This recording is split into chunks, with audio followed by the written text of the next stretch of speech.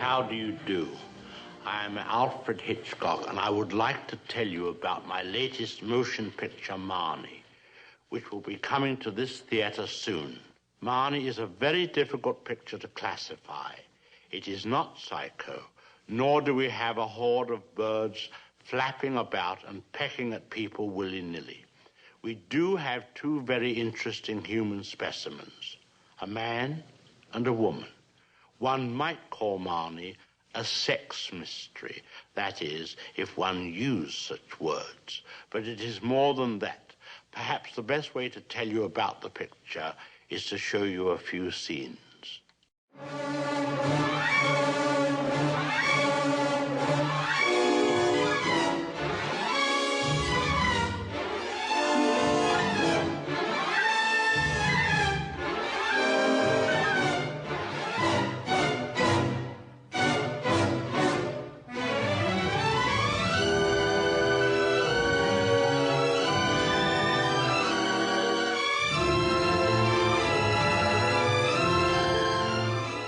Good evening.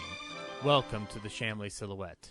Yet another analysis of the master of suspense, Alfred Hitchcock. I am your host, Zach Eastman. Over the course of this series, we have been diving into the filmmaking technique, the stories, and the legacies of Hitchcock's respective films that have brought forth insight for myself and the guests involved. In the course of this series, we have attempted to hit upon the machinations of Hitchcock's career and influence through as many of the films as possible and utilizing specific films to discuss certain matters. Months back, we began the discussion that shall be concluded on today's show, The Dark Side of Hitch. Over the course of the series, my affection for Hitchcock as a human and as a filmmaker has grown farther than I expected. But that has not stopped me from having a reckoning on his dark side. It is an eternal discussion that extends even beyond Hitchcock to a larger discussion of where art and life intersect and where can appreciation be found from each subjective view. There will be no definitive answer on this show, as I cannot claim to have the intelligence to give one. What can be discussed on this end is the way we respond to uncomfortable art both with context and modern lenses. Today's film lands in the very definition of that notion. In 1964, Hitchcock released a film called Marnie. It is a film that continues to revive various appraisals and examinations over the course of time, and as society changes and evolves, so too does the impression that one gets from a film like Marnie. And today we will get into that discussion with a return guest whose college-educated mind will serve much better than anything my dropout ass could ever deliver. Ladies and gentlemen, I want you to welcome back the host of the Superlatives Film Podcast and the curator of the Dairy Arts Center in Boulder, Jack Hanley. Hello, Zach. Thank you for having me. First of all, let's get this out of the way. You are alive. I am indeed, despite rumors to that fact. I wanted to tell you, I'm very happy that we've been able to take the time to do this. Obviously, with Corona and everything else going on in the world, it has been very hard for anybody to make any definite plans. Things change at a constant rate, and I am very happy that you have always been able to take time to sit down and have these discussions with me. And I will tell you, I've been very happy to be a part of your podcast, Superlatives, which since your last episode aired, you have really started kind of digging into that project. Do you want to tell people a little bit about Superlatives so they can check it out for themselves? Absolutely. And it is a newer podcast that came out featuring myself and my co-host Shay Westcott of the Dairy Arts Center, who programs the Friday Night Weird program there. And it is just our kind of examination of cinephilia, centered more around the type of films that don't necessarily get the appreciation or the viewing audience that we feel they deserve. So a lot of independent, cult, and art house fare. And no, we've really enjoyed doing it. We launched in the wake of COVID with some of our quarantine survival series episodes, of which you have graciously been a part, and just trying to highlight some of the films that we hope people can explore and discover out there in an amazingly interesting and difficult landscape when you can't go to the theater anymore. So we like to try to highlight those films that we're trying to highlight those films that possibly didn't have an appreciation at their time. So we tend to focus on a long forgotten and possibly misunderstood classic, something from the modern era, and a recently released film that you may not have heard about yet. And so it's our wish that we can really try to educate and enlighten our fellow cinephiles out there to discover new cinema.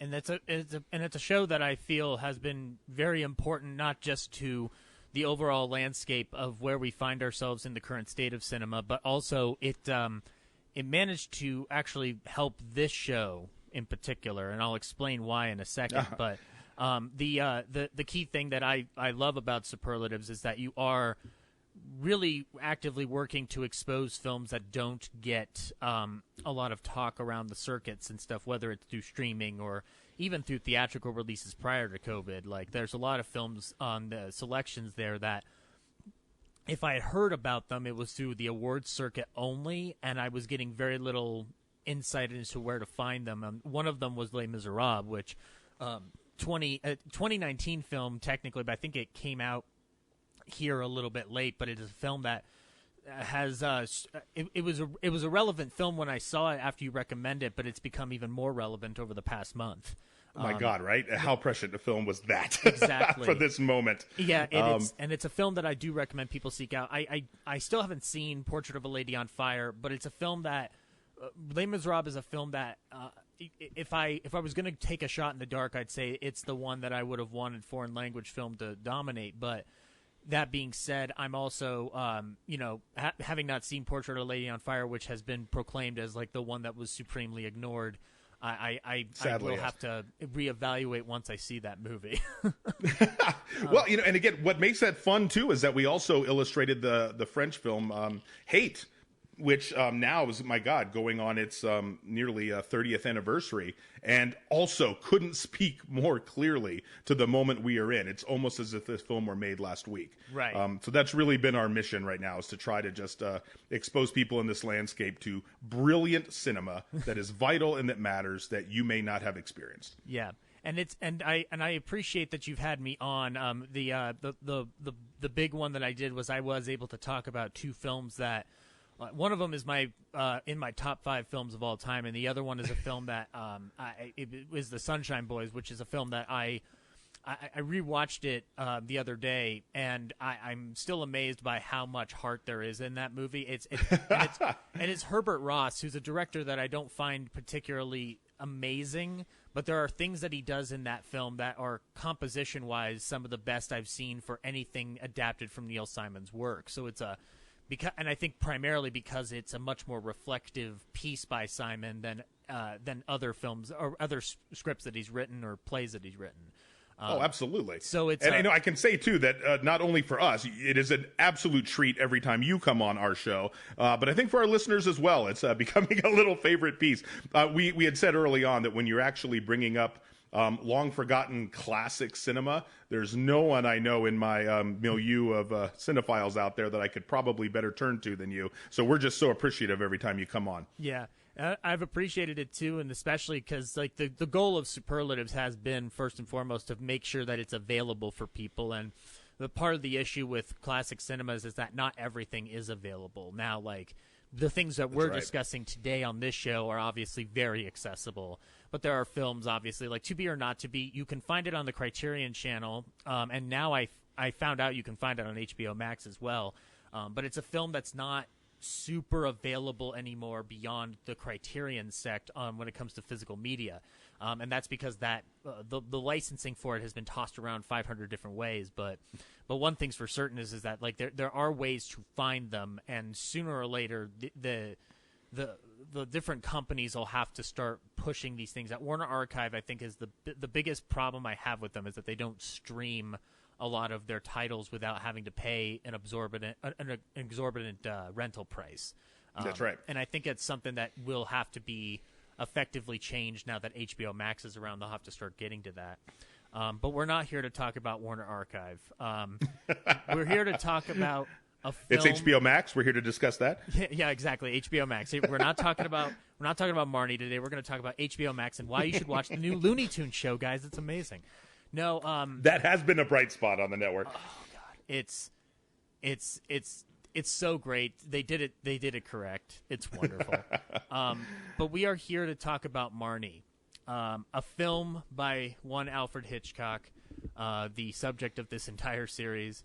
Now, there's been a lot of preparation that has gone into the discussion of Marnie, not just over the course of the series, but even before I started the series, because it is a spot in Hitchcock's career that forces one to look at not just the film itself, but its production history and what it pertains to the man himself. As we're going through this film, we're gonna be, I imagine we're not going to have like a super downer time, but we are going to be a little bit more. I don't really think that the Hitchcock imitation is coming out today. I do not. As far as I can tell, I don't think a Sean Connery imitation is going to be coming out of this one. But although he says some stupid things in this movie, it has some amazing reading material, which we'll discuss later as well. Exactly, and there's a couple of pieces that I've found on it, and I'm sure you have your resources as well, and we can dive into it. But Marnie, above all else, is a film that, out of any Hitchcock film, it's the one that either no one wants to talk about or everyone wants to talk about. There is no middle ground with Marnie. In looking, if you look at your releases of Marnie, if you have them on Blu-ray, you'll notice there's no commentary for this film. The special features are relegated to an hour-long featurette regarding the production of Marnie, the Marnie archives, which are like press and promotional materials, and the trailer. Normally, for a film that begs discussion, you'll have a commentary, and it's strange that this one doesn't on any Universal release, and I think a lot of it has to do with the way Marnie came about. Now, we're going to talk about the plot of Marnie, but I do want to talk about the production and also talk about the elements of Marnie's production that have that weren't just a problem then, but have come into even further light over the course of the past 5-6 years. So this project started as the development. It's based on a novel by Winston Graham. The novel came out in 1961, the novel came out before 1961 with Hitchcock. Basically, Hitchcock had just finished Psycho, and he had received he got interest in this project and commissioned Joseph Stefano, the writer of Psycho, to start on a treatment. And they worked together a 161-page treatment. Now, Stefano, writing for Psycho, he was attracted to this material immediately because of the element in Marnie, which is of psychoanalysis and psychology.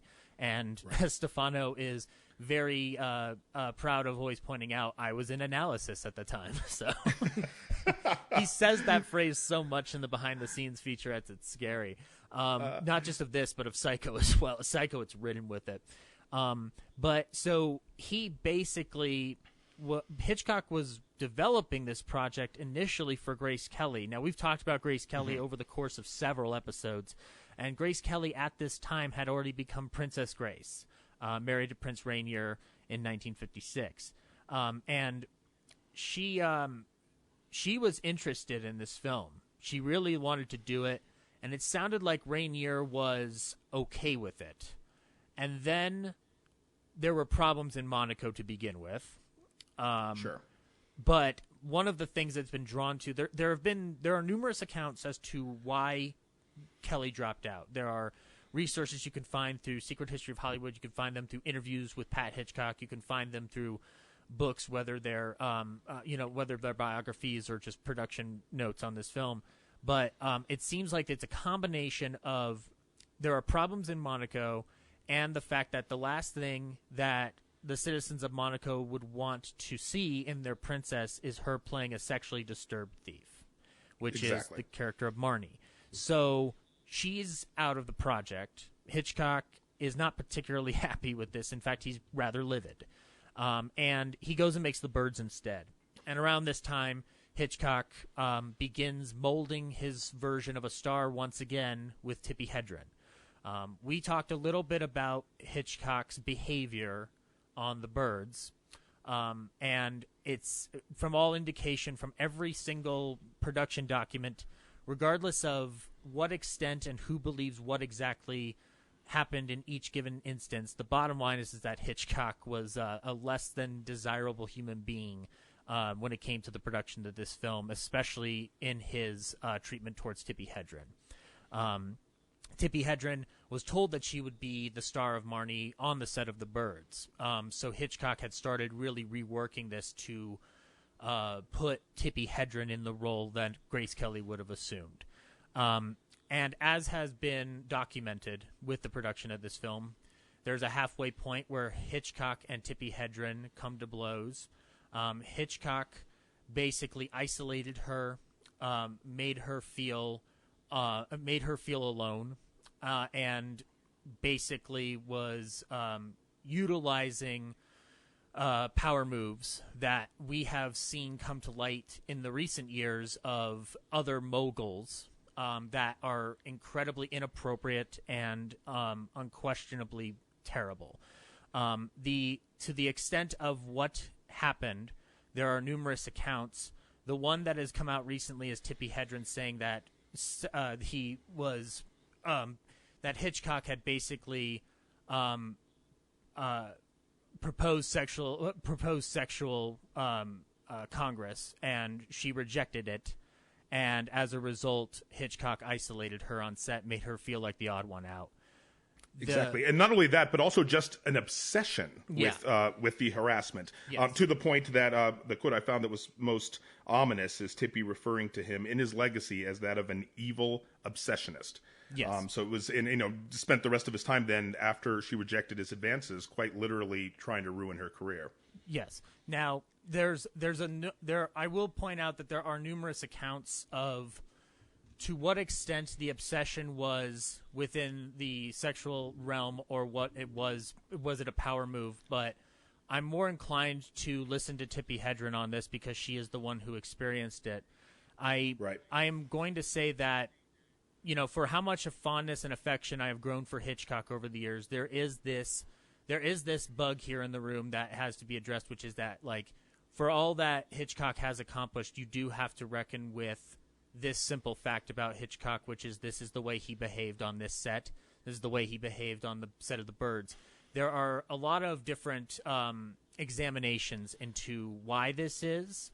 There are numerous analyses done by about Hitchcock in the regards of his issues with women. But the bottom line with this behavior is that regardless of to what extent it is or how bad it is, it's still bad. And it's not been denied by anybody. I think what has been a consternation with different factions, whether it's people who were close to Hitchcock or people who are objectively looking at Tippi's side or people who are looking in the middle, is that things went wrong on this set. There is no denying that. And the bottom line is that when this film is released, a lot of stuff comes out about the turbulence. Not to the extent that Hedren would later write about in her memoir and also for the press, but the turbulence has been discussed, and it was known to the studios. And by the time this film ends and it's released and is a critical and box office flop, Hitchcock is basically told by Universal, no more star vehicles, no more of this obsessive nonsense. You have to just make movies for us. And it brings into question the, accountability of Hitchcock and to what extent we can examine this being close to 60, 70 years removed. I don't know what abilities we have. What we have as a result, though, is Marnie the film. It's a film that draws even more uncomfortable parallels than Vertigo does. I would feel. And again, the appreciation that you can have for Hitchcock's work, I think ultimately lies in your ability to separate art from artist, as with any artist, period. Doesn't matter if they're good or bad. Sometimes you just have to separate that in order to watch the film both objectively and subjectively. Like I think there's a duality to it. And I wanted to ask Jack, knowing that the production of this film is as turbulent as it is, not just with Hitchcock's behavior, but also the content of it, what was your impression when you first saw this film and also had learned about the production of this film initially? Absolutely, and that's Divergent, right? In and of itself, I absolutely appreciate Marnie as a film. I think there are some real moments of brilliance here. In terms of how all of us as critics have to reconcile cultural reassessment, right, of great art, sometimes extraordinary art, by very problematic people. That is the thing. As much as we wish it were otherwise, you and I both know texts, the art doesn't change. Our modern lens and understanding of our critical deconstruction of it does, right, in our modern lens. So being in this modern sense, in this post-Me Too movement, I still think it is very important, though, that we examine it and that we use it as a tool to not only look at what was problematic about the making of the film, what may have been problematic about Hitchcock himself as an auteur, but also just about its time period in the 1960s, right? Of it being this self-unaware at the time expose of misogyny and patriarchal power struggles that at times almost seems like comically bad. But I really find that fascinating because on one level, how do we look at this in the sense of a film, right? And think about it too, just how weird of a film it was, even to be pitched at its time. Is this kind of just like a lurid sexual tabloid film? Is it a attempt to be a dime story psychological thriller? Was it pitched as a romance? In a weird way, on some level it was. And so it's so firmly trapped in the idea of male patriarchy from the 1960s that it, of course, can never be separated. I mean, if you look at the actual film poster itself, the first one released, it has the couple, as it were, on the poster, and it has Tippi Hedren saying in quotes, "I am just some kind of wild animal you've trapped." And Sean Connery's quote as a response is, "That's right, Marnie, I've caught you, and by heaven, I'm going to keep you." Yeah. So we can, right? So we can kind of, we can view it in that lens immediately. I mean, there's, I'm sorry, I lost my train of thought on that one. No, it's good. But yeah, we can just cut that and keep rolling.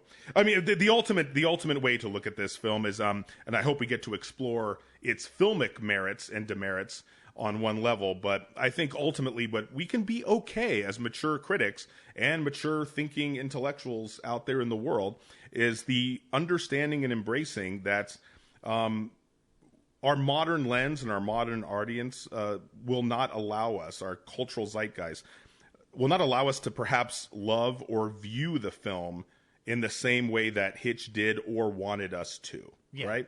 And we can be okay with that. And I kind of take joy in seeing some of the modern cultural reassessment by some strong female and feminist critics who are just trying to look at a way to see this as an opportunity to reevaluate the dichotomy of true hero and villain, of trying to flip the switch on the great auteur in our modern context to point out of Marnie as our true protagonist and not the supposed white knight, well-intentioned, rapist protagonist that Sean Connery plays in there, right? It's almost, Zach, kind of like in the way that you've heard it argued with the film Election.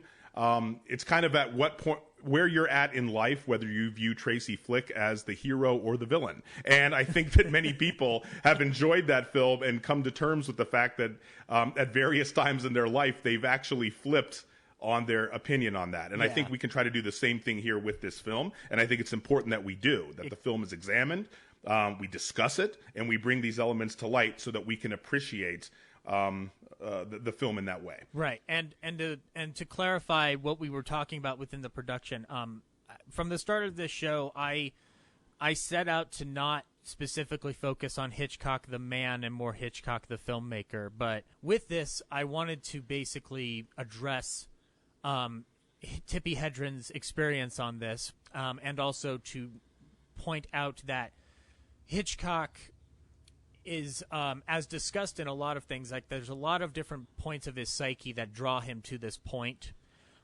It doesn't excuse the behavior, but it is interesting to look at, how this film and that production tidbit coincide with each other. Because I think in a certain sense, it says a lot about Hitch the man, but this is a podcast that is more dedicated to talking about the films and the techniques that he's utilizing That's right. Unfortunately, because they are as intertwined as they are, the discussion's not going to be glossed over. I will point out a quote that Tippi Hedren had to say before we get into this. I do want to bring this up because I think it is important to understanding why she continues to praise the film and her performance in it. She says that she has said that this is her favorite work that she did as an actress. And Tippi Hedren had explained because there is a contrasting element to Tippi Hedren and how she addresses Hitchcock, and I think it's explained in this quote. "He ruined my career, but he didn't ruin my life. That time of my life was over. I still admire the man for who he was. I have been able to separate the two. The man who was the artist, what he gave to the motion picture industry can never be taken away from him, and I certainly wouldn't want to try. But on the other hand, there is that dark side that was really awful." So I think Tippi Hedren has more or less, in spite of what she endured under Hitchcock, was in her own way able to reconcile it and find a silver lining of sorts. And it's hard for us to, I think, hear things like that today. But I think it's important that we start learning about how we view that art from the modern lens, as you were discussing, and how we dissect it. Regardless of, again, keep in mind, I'm not a fan of this movie in terms of wanting to rewatch it.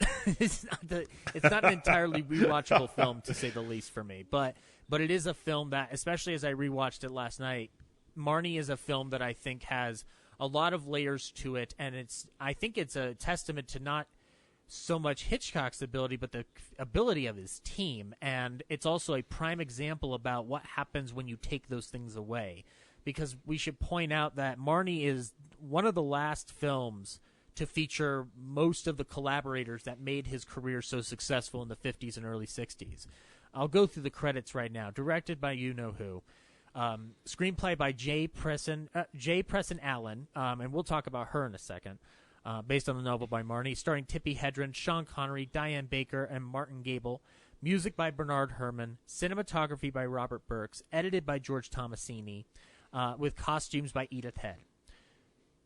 Basically, the big guns are in this movie. After this film, he severs his relationship with Bernard Herrmann over the score for Torn Curtain. Tomasini, if I recall correctly, he had died the same year that Marnie was released. Right. And this is the last time that he would work with Robert Burks. His cinematographer, who he worked with on 12 films. So this is not even just a consternation in Hitchcock's career because of his personal life. This is also the end point for his professional life in terms of the magic touch that was brought to create some of the classic Hitchcock films. And it almost marks not only just literally, but also figuratively, just this freedom of both where the film industry was going right around that time, right? It's a precursor right to the end of the studio system and the age of New Hollywood, and really just kind of marks, I think, the end of kind of like this templated filmic structuralism that Hitchcock can sometimes often just be viewed within the lens of. As you well know, especially from our deconstruction of Frenzy, I myself, and it's not as popular, I understand that with all the Hitchcock fans, but I have a real predilection for the films that tend to be somewhat referred to as the least Hitchcockian of the Hitchcock canon, right? Kind of films that kind of just take this departure, because I really see this beautiful desire to kind of shed some of that structuralism and really embrace elements of the New Hollywood system. I mean, the fact that a lot of this work and this idea to break from it comes from his post-Truffaut interviews, and the idea that the French at that point have started to really instill within him his importance and recognition within the industry, even if the American systems and critical systems often ignored it. It was the French that said, no, you were important, and you were a launching point for the French New Wave and how we viewed cinema. And so I think he was eager to be able to venture into that world. So all of these later films, I kind of just find weirdly beautiful too, in the way that you can see him trying to synthesize some of his early formalism and structuralism that kind of made him Hitchcock, right? But also start this experimentation into being loose, into trying to deviate a bit on it. I mean, in some ways, this film, Marnie, to me, and Frenzy later on, feel like Hitchcock most out of control in a good way, right? From some of his early kind of like obsessions with how he chose to film. And we'll get into that later, and also hopefully kind of end up talking about Kaleidoscope, the film that could have been. Yeah, which we mentioned that we might revisit toward the end here. Yeah, exactly. And I will, as we go through the plot, I will kind of break into the tidbits of information for the production, because as we talk about it and we draw the allegory, I think I'm not going to overanalyze, because I think that can be a dangerous territory as well. But I will point into how it feels like in the process. The way I can describe both the production and the story of Marnie is that Hitchcock is working with a story that's almost trying to. It seems like he's trying to examine his own possessiveness, and in the process became possessive to the nth degree, and it unraveled him.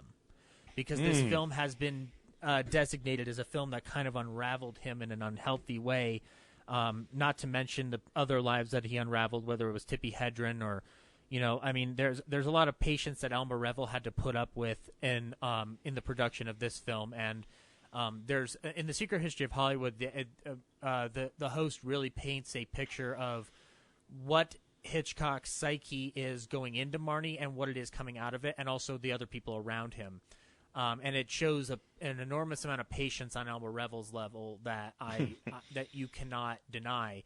And again, when we talk about Marnie and its and all of its workings, there are several sides and several angles to this story that I found it very hard to come up with any definitive answer, apart from the bottom line is that it unraveled Hitchcock and it ruined Tippi Hedren's career because Hitchcock made that so. I think it's marvelously well put. Yeah, so within that, we'll stop. I think we're gonna halt a little bit on really beating that stick again, because I think that it'll get a little old. We're gonna jump into the plot of this film, because I think the first thing somebody should realize about Marnie is that as a Hitchcock film, as you already pointed out, he's already trying to deviate from stuff.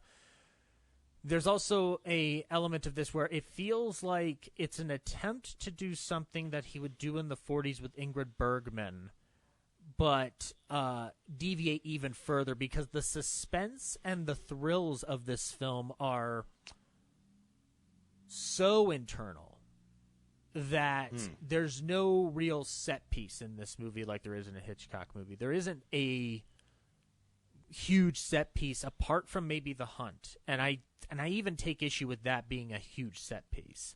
But we'll jump into the plot.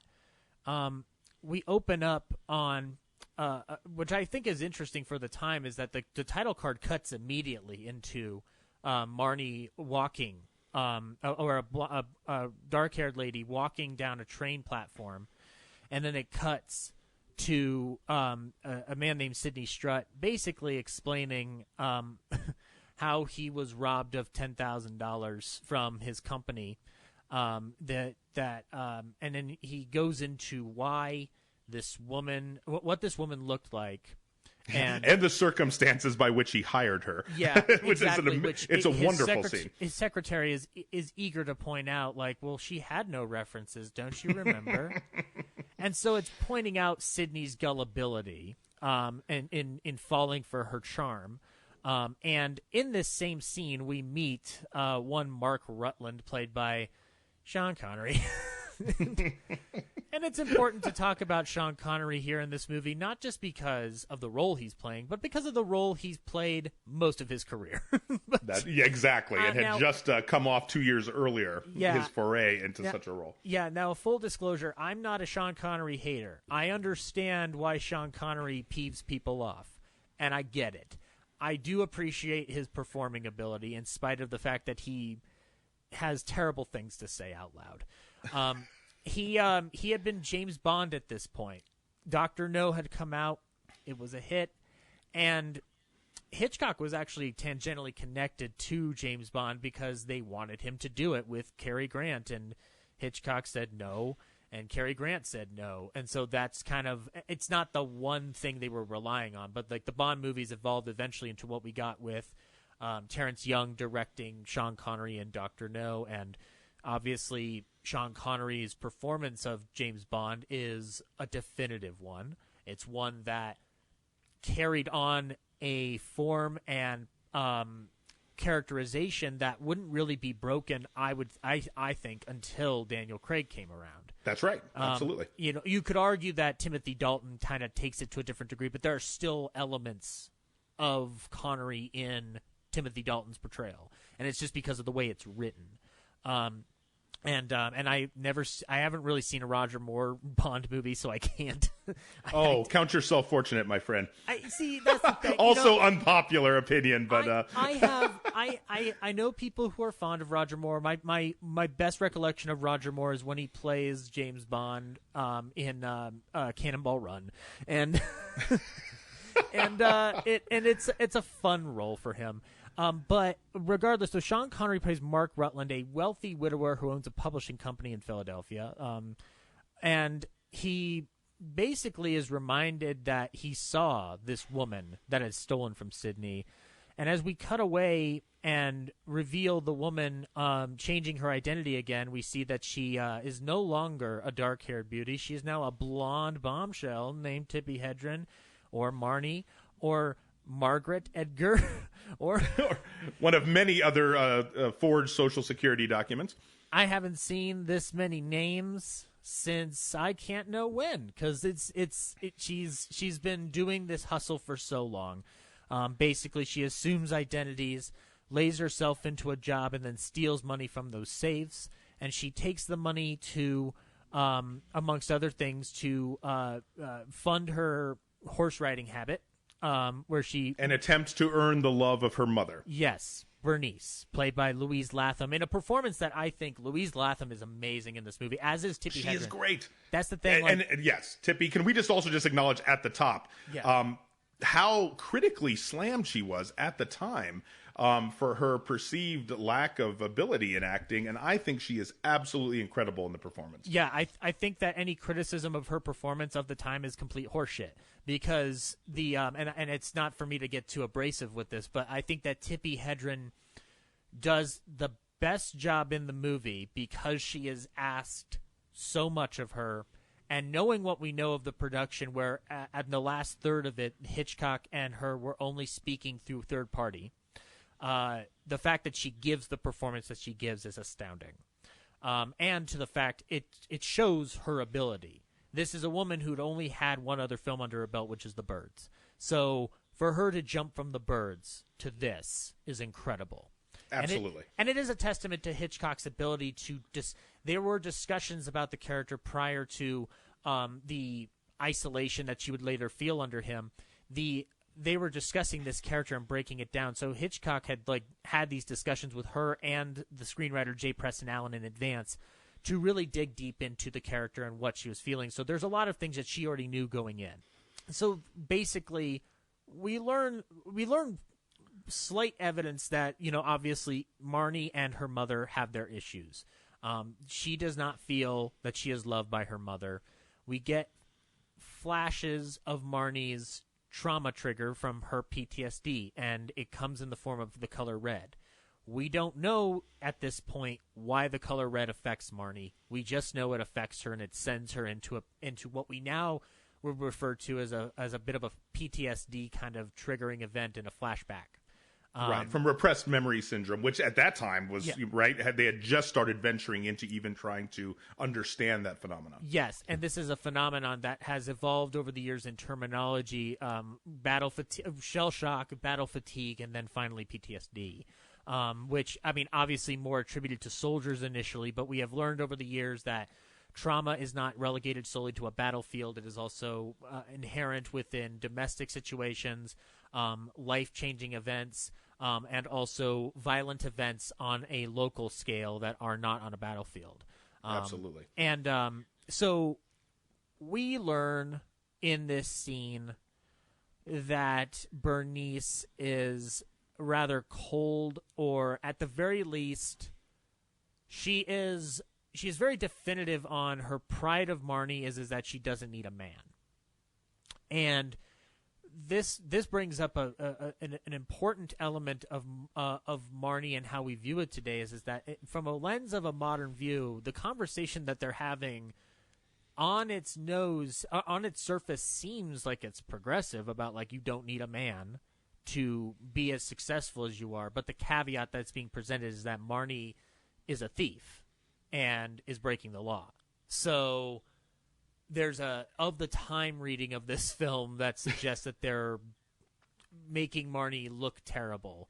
When you watch it from the modern lens, it's kind of weird. It's like, yeah, she doesn't need a man. Like, right. Well, and there's so many small instances of that, because going back to, spoilering a bit, in that first sequence, whenever her first boss that she steals from is describing the scenario upon how he hired her and her physical characteristics and lack of references, there is this amazing camera movement between his secretary, who is fully aware of the patriarchal system and 1960s boys club misogyny that allowed him to view her and hire her and now not know much about her purely through objectification.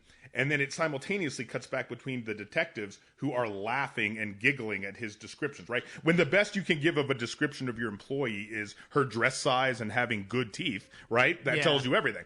And so it was also kind of markedly progressive there in pointing out, very self-aware, that it is a misogynistic system that is in play. Yeah, and there's, as we've talked about Hitchcock's films and their portrayals of women, there are yes, modern day problems with portrayals of his women in various different elements of his films and his filmography. But one thing you can say about Marnie is that, and you could say this about Hitchcock in general, is that he never shied away from touching those subjects. And not at all. And he never. It seems like even as he would create the of the time domestic ending or solution to an issue, it always felt like he was never even fully comfortable with those decisions. There's something about it that always feels like the studio interfered or told him you can't do this, this, and this, which makes the ending of this film interesting, even beyond like the initial issues I had with it when I first saw it years ago. The third viewing I've had of this film, which was last night, really gave me pause, and we'll talk about it when we get to that point. But right. But even at that moment, if I just may interject for a second, I mean, even look at the famous, Hitch has his cameo in every single film, of course, and this is the first one where he is likewise completely self-aware of using his own cameo to also draw a point that his character and that this film and that the entire idea at play within the narrative structure will be how a woman can operate, deviate from, escape, conquer, overcome the parameters of the male gaze. I mean, his cameo is a wink at the camera to what's happening there, right? From that brilliant opening sequence, which is almost like a pop art 1960s stylism of her walking on that platform, still without agency, without a face, going down that hallway, and how Hitch comes out of the door and acknowledges his own participation in that gaze is very telling too, right? You're right. He owns it from the onset. Yes, and now as we discussed at the top of the show about his behavior, and then seeing this cameo, it does lend credence to the notion that his obsession with this idea and the practice of his obsession over female stars that he molded and created has twisted itself it has intertwined itself so much that it seems like it's now become a different. It's almost like his self-awareness is taken to the nth degree, where it looks troubling, but when you watch it for just the film and not even just the production was standing. When you're watching it in the film, yes, he is complicit with the other men, and therefore it is a wink and a nod that I think only time has allowed us to realize. Because I don't think I have a hard time feeling that an audience of the era was smart enough to understand where that cameo is brilliant. And now, as we move along, though, Marnie picks up now yet another job. This time she finds herself at Mark Rutland's company, and she gets interviewed by the person running Mark Rutland's offices with Sean Connery as Mark Rutland in the background, just basically telling his boss, or telling his employee, no, hire her. Yep. Yeah. Oh God, I did do a Sean Connery impression. God damn it. With that classic Connery nod, right? Yeah, exactly. Yes, I'm going to come in once in a while. So she's hired based on one reference or one piece on her resume, and gives this story about learning accounting from her husband. Her husband dies, and she needs a way to be motivated to work. And she starts the job. She gets shown around by one of the other secretaries, and as she's starting at her work, some red ink drops on her dress, which is pure white, and she loses it in the office, goes to clean it up, and she tries to downplay the importance of the event that has just occurred. Which right. I think if the audience at the time is looking at Tippi Hedren as not grasping the material, I think they're looking at the freak out moments that she has. I don't think that they're looking at her performance. They're looking at the outward things and not the internalized things. And so when you see that externalization of panic and PTSD, at the time, it probably did seem ridiculous. When we watch it today, I don't feel that at all. I don't feel that her reaction is ridiculous. I think that's actually a marvelous point, again, of how we view that within its construct. And the only other film that I think, just going to deviate for a second, that really also tried to play with these same ideas of repressed childhood trauma, of sexual repression in light of PTSD, of how the female's point of view relates to their attempt to overcome that within the purview of the male gaze, would be Polanski's Repulsion. And in that sense, and that is a film I will contend I still feel is the far better film. However, his is done through a much greater internalization and subtlety through the character, whereas how Hitchcock is allowing it to be expressed publicly and reacted upon more by the milieu and the society of the workplace and in society that she's in, can make it both at the same time seem outrageous and exaggerated, but as you put, I think correctly, probably true to form in that sense. So yeah, I do think you're dead on it right there. I agree, and Repulsion is a film and I'm not the most avid Polanski watcher, not necessarily because of his own demons. Speaking of problematic directors. Speaking of problematic, yeah, but Polanski's films I have watched at least once. I think Rosemary's Baby is the one I've watched the most, but Repulsion is the one that, yes, can definitely be drawn to this as like the more subtle cousin to Marnie in that certain respect. And you're right. But the externalization here falls in line with Hitchcock's ability to be a showman. Yes. And I think it's important for it to do this because I've talked about with other people about the way sometimes audacious things work better for an audience than they do when they're subtle. And the biggest example within the last couple of years has been Joker, because I'm not the biggest fan of Joker.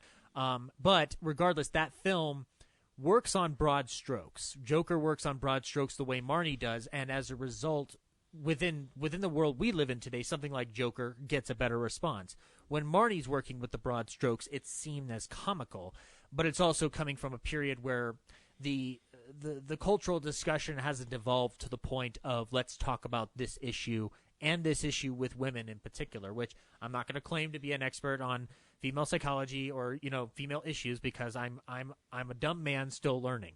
However, I will say that there's something to this film and the way it ultimately addresses the the inner workings of what that kind of trauma does to somebody down the line, and to express it out the way Hedren does, I think is important. No, you're right about the spectacle, and also just about the fact that as a modern viewer, in hindsight now, we can also see how that would have played to audiences in 1964, more as a reaffirmation of like quote feminine hystericalism, end quote, at the time, right? So it kind of would reaffirm already what some of the patriarchal systems were imposing about this idea of women in general.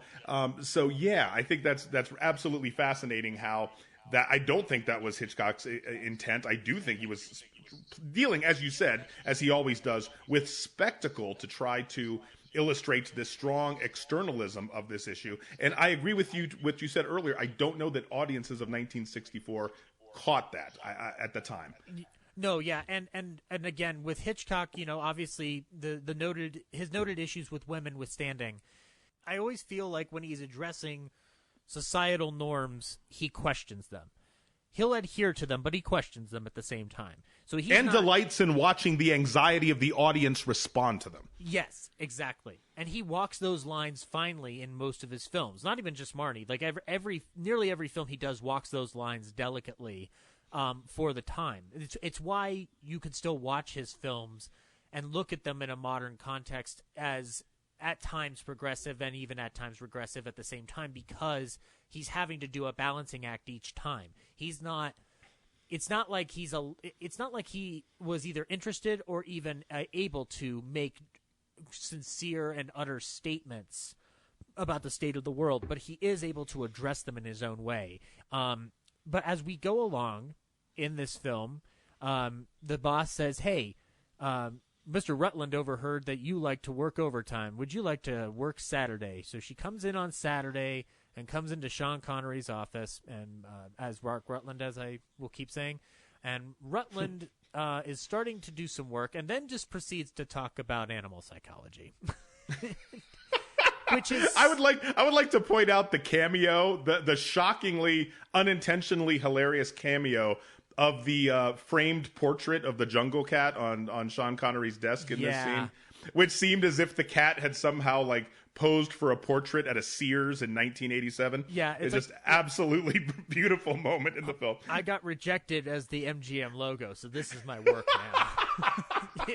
Like doing a pose. This is one of the frustrating things about COVID-19 is that Jack can't see my tiger pose right now. Oh, I'm imagining it with every fiber of my being. Yeah, exactly. It's literally no different than Bugs Bunny wearing a dress. Anyway, I guess there was some humor to be had in this discussion after all. But yeah, that portrait is obscenely obvious. And the scene in the office is, I think it's a tour de force of production. And it's also one of the more aged things in terms of the way it plays out. However, it still works. So he goes into the discussion of predators in the animal world and lady predators in particular.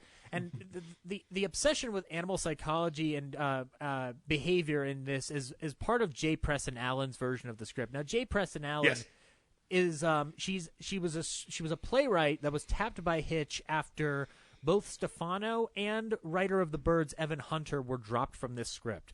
And we will talk about why Evan Hunter was dropped from the script in a little bit. But J. Preston Allen's additions to the psychology of Mark Rutland is her own fascination with animal psychology. And I think it actually works as a thematic through line.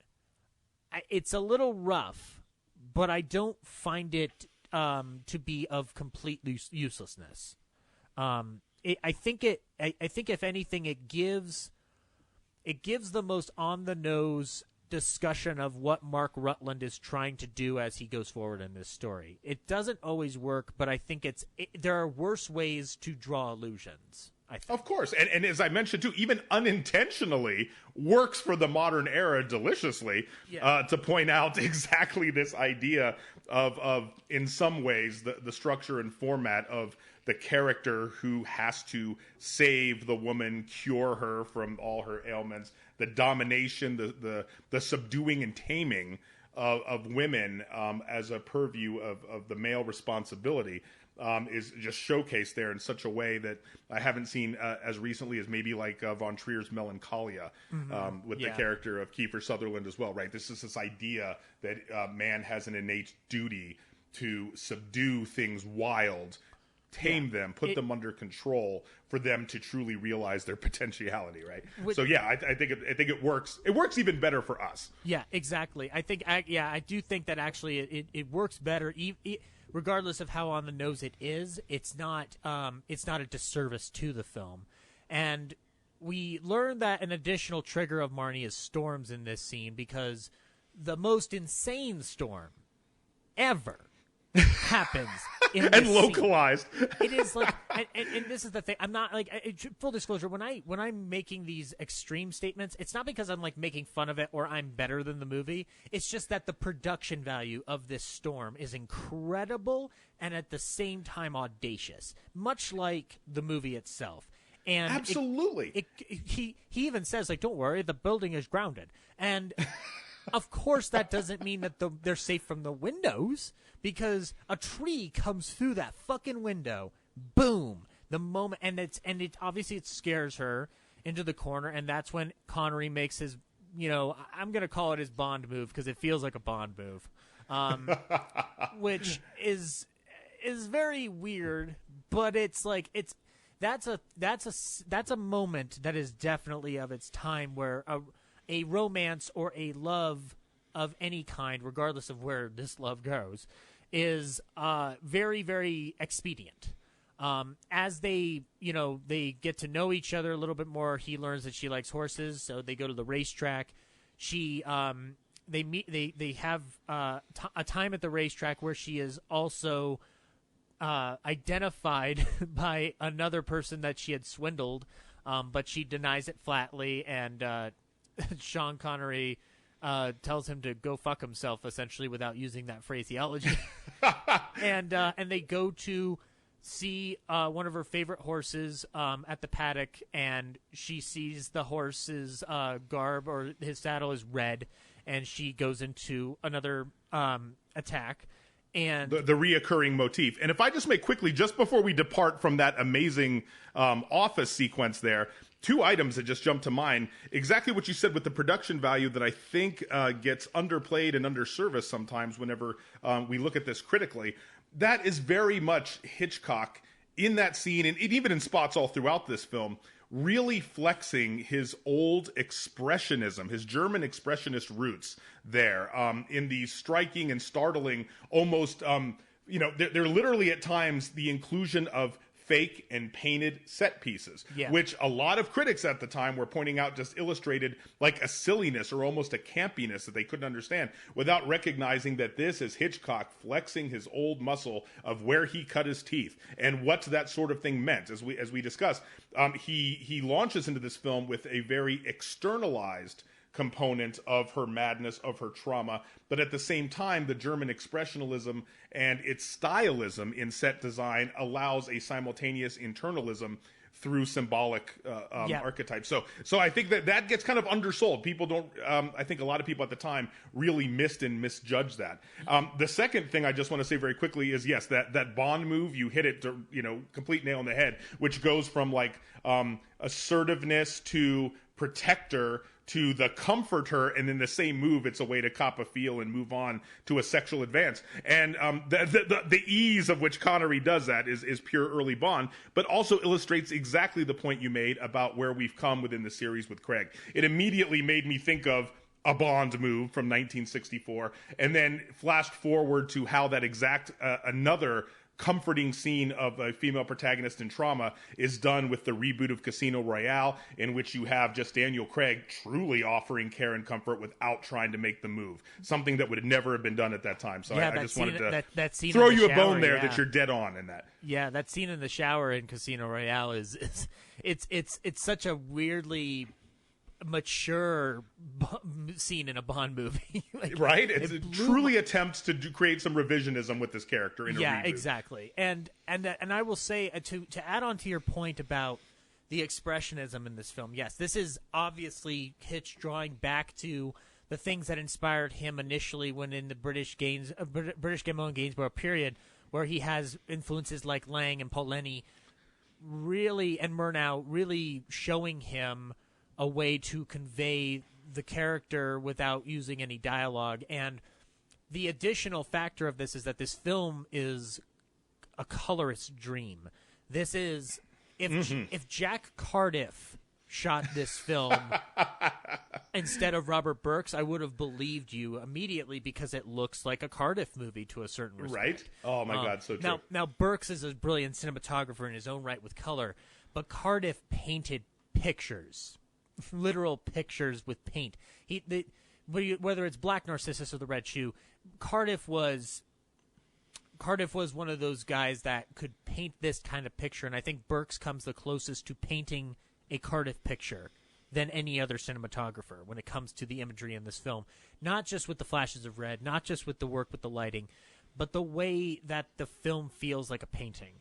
Even to the point of the backdrops and the matte paintings that Robert Boyle has his hands on really do evoke this idea of, like, Marnie doesn't really exist in the real world, and maybe that's the justification they make for certain decisions, but it does feel like a painting. The opening credits of this movie even start as like the turning of a page of a novel. Right? So exactly. Absolutely. So it's almost like he doesn't want you to think this is the real world, and yet we're going to talk about the real world.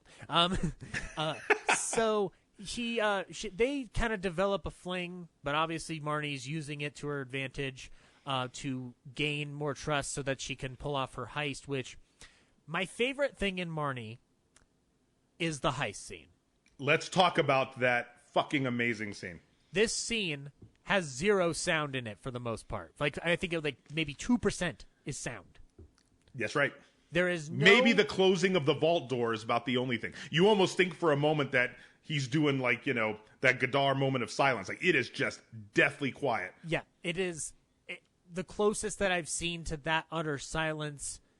You pointed it out, Godard, in Band of Outsiders, when they just shut the sound off. Absolutely. And now this is taken to that nth degree with an entire scene. But more importantly, I think it also draws back to, again, him flexing his silent film muscles, which he always does in his films. And in this particular one, I think it comes closer than most to what he's always wanted to do, because he is basically conveying all the suspense in that silence. Usually in suspense scenes that he's done with this, he's got like smaller bits of sound that still permeate the image. Here, he shuts everything off. And I think that's kind of a testament to the power that he had gained through Psycho and The Birds, where he was able to make these choices. And as you notice, after Marnie, a lot of stuff is taken away from him in terms of control. And that's right. Not just from him as a person, but also as a filmmaker, because of the way the studio reacted to Marnie. And this scene plays out much like a film like The Lodger would have, or much like a film from his silent period that would put people on edge and give them that tension. It's not creepy the way they would have been in the British Gamo period, but it is very unsettling in the sense of how much our allegiance is on Marnie and wanting her to get away with this. And so any indication, whether it's a cleaning woman who doesn't hear well, or another person, a janitor walking down the hall as she's leaving, like, we're on edge. The only oh my God, that wide shot, how that's introduced, I was astonished again, just like you. Recently, we rewatched this again for, I believe, probably the third time, and still struck. It is so fresh. It is so vibrant. It is so vital. It's an amazing sequence. Yeah. It's worth it to watch this film alone for simply that sequence. Yeah, and that's the thing. Like, I as I've talked about how I don't particularly love Marnie, I would watch that scene again in terms of if I wanted to do something of that nature. This is an exacting way of how to do it. And like Peter Bogdanovich talks about this scene and how brilliant it is as well, and it's not hard to get Peter Bogdanovich to talk about things, but never at all. I it's funny. I need to do more work on Bogdanovich as a filmmaker because I mainly love him as a historian, but that's my exposure. Right. I've watched Paper Moon and Last Picture Show and What's Up, Doc, and that's about where I stopped. And I need to fix that. Anyway, we're not talking about Bogdanovich and his ascots. She gets away with the crime. And from the end of that heist scene. Oh, which by the way, the silence is broken when the janitor goes like, "You in a rush?" Yeah, exactly. And then the shoe drop, right? Yeah, and the this lady deafening like, shoe drop. Yeah, and she's just like, I got to get home. like, there's that shoe. Oh, that shoe drop is tense as shit too. Like, holy shit. Like that. Again, this whole scene, you need to watch. If there's a way, if I can find a link to just the clip itself, I will post it on the website. So we cut immediately back to her riding her horse, indicating that she's gotten away with it and gotten all she wants. And Mark tracks her to the stable where she keeps her horse, Forio, and gets her in the car, takes her on a little journey in which he reveals he's blackmailing her into marriage. And we also learn at this time we've also learned about Mark's former sister-in-law Lil, played by Diane Baker, who's I think is brilliant in the movie too. And there's there's a love triangle, quote unquote, between Lil, Marnie, and Mark. And I say quote unquote love triangle because with Marnie's participation in this love triangle is questionable. Right, exactly. Because as we're learning, like, Mark is in love with Marnie. Marnie as a character is solely driven by her desire to do what she's always been doing. And she even says, like, well, if you love me, you should let me go. And, and we go into that scene into that dialogue exchange about the animal that Mark has trapped. And he's like, yes, I've trapped you, and by God, Marnie, I'm going to keep you. And there lies in my question that I've had about this film since I first saw it back in high school. Because it's a film that when I watched it in high school, I never watched it again because I was like, oh, this just wasn't my cup of tea.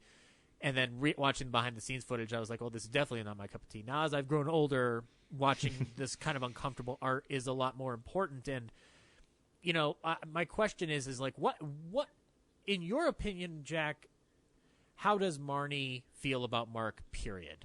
Regardless of what he ends up doing down the line. Like, what is even her impression of her? Because to me, it seems like she doesn't hate Mark, but she just, because her character is written that she does not trust men, period, she is genuinely fearful of this man who is, portrayed, and I think regardless of anybody's intent, he is flat out fucking kidnapper.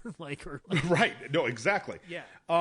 Excellent question. I think on some level, I don't even know if Connery at that point, Rutland, really just loves her or is just so enthralled with an obsessive fascination of her, which again, motif alert. But I really find that from Marnie's perspective, at the same time, it is almost less the idea, and this is where I think the film brilliantly diverges from these tropes of like romantic idealized love and romance in a meet-cute component, and really kind of just focuses instead on two individuals that got by manipulating people. I mean, both kind of like gaslights everyone that they come into contact with.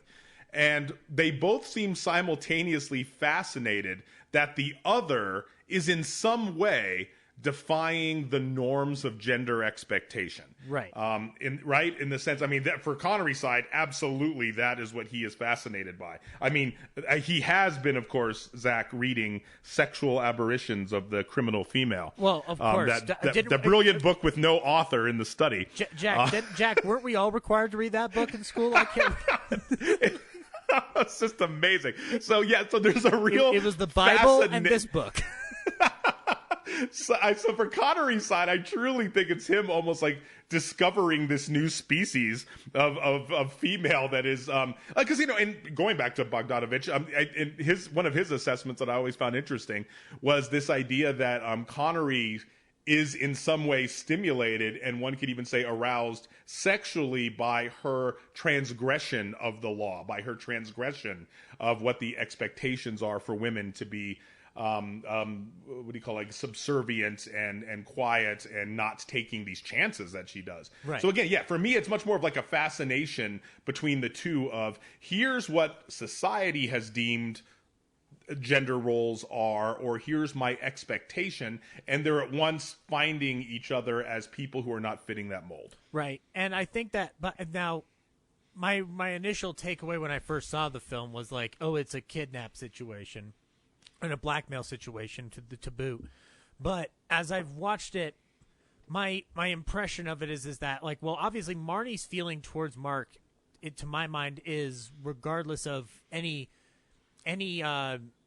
deviated expectation, she is fearful of being put in jail, and so she is basically trapped. Exactly. Not unlike she's caught in her own little private trap, to quote Norman Bates. And so within the regards of like Mark's intentions or actual feelings, there's a part of the film that wants me to believe that Sean Connery is genuinely interested in figuring out Marnie and curing her. There's another part of me that feels like it seems like Connery's just, his possessiveness outrules any sympathy for him. Now, and we'll find that out as we get along here. So they marry, and Lil is suspicious, and she's obviously got her own jealousy within that because she is infatuated with Mark, and Mark and Marnie go on the honeymoon cruise, and Marnie explains to him that she is sickened by physical intimacy by a man, and this confuses Sean Connery, a.k.a. James Bond, a.k.a. a guy who, it's funny, Tippi Hedren says in the featurette, and I think it's a situation where everybody kind of has this puzzled look, is just like, this is not me and my belief on it, but like the viewpoint of the era was, how are you going to refuse Sean Connery's advances? And obviously, of the time, this would seem like strange casting to have Sean Connery play this role because of how popular he was as Bond and the character that he portrayed Bond as. And so, in a sense, it is genius casting to have Sean Connery, who at the time was one of the most desirable men on the planet, to be this person who is being rejected. In terms of a casting decision, I think it is. It's not my favorite Connery performance. I'll get that out of the way right now. But it is one that I think no other filmmaker would have given him this kind of role. I don't think... Oh, I agree. And the delicious irony of which is that Connery himself pursued the role in an effort to try to escape what he believed would be a typecasting of his character as portrayed through the James Bond series. So that did not work out. A journey that he had to make multiple times before he pulled out a knife when other people pulled out a gun. The Chicago way. The Chicago way, Zach. And so the Mark makes an agreement to respect her wishes, and they'll sleep in separate rooms and whatever, and he's basically implying that, like, I'll give you your space and your time and whatever. There's a montage of them basically interacting with each other where the montage suggests that Marnie's more trying to figure out what her role in this, freaking Stockholm Syndrome scenario is going to be. But the other one is, Mark trying to fascinate her with his discussions on animal psychology. So once again, we're dealing with that animal thing here, and and it almost plays creepily in those moments, almost as like hitting all the notes, the expected notes of a traditional romantic comedy during the sequence, and that's where it kind of deviates a bit. That's a little unsettling, of course, to us within the modern context, because just as you pointed out, that audiences of the time would find it utterly ridiculous that you could refuse Sean Connery. It was also kind of the expectation as well that, this type of frigidity is really just along the lines of how women were expected to play the game under the patriarchal system of pretending not to own their own sexuality, and that it had to be teased out and conquered by the man. Right? So it's kind of like the audiences at that time are also likewise, I think, being lulled into the expectation that that, like no really doesn't mean no here. Yeah.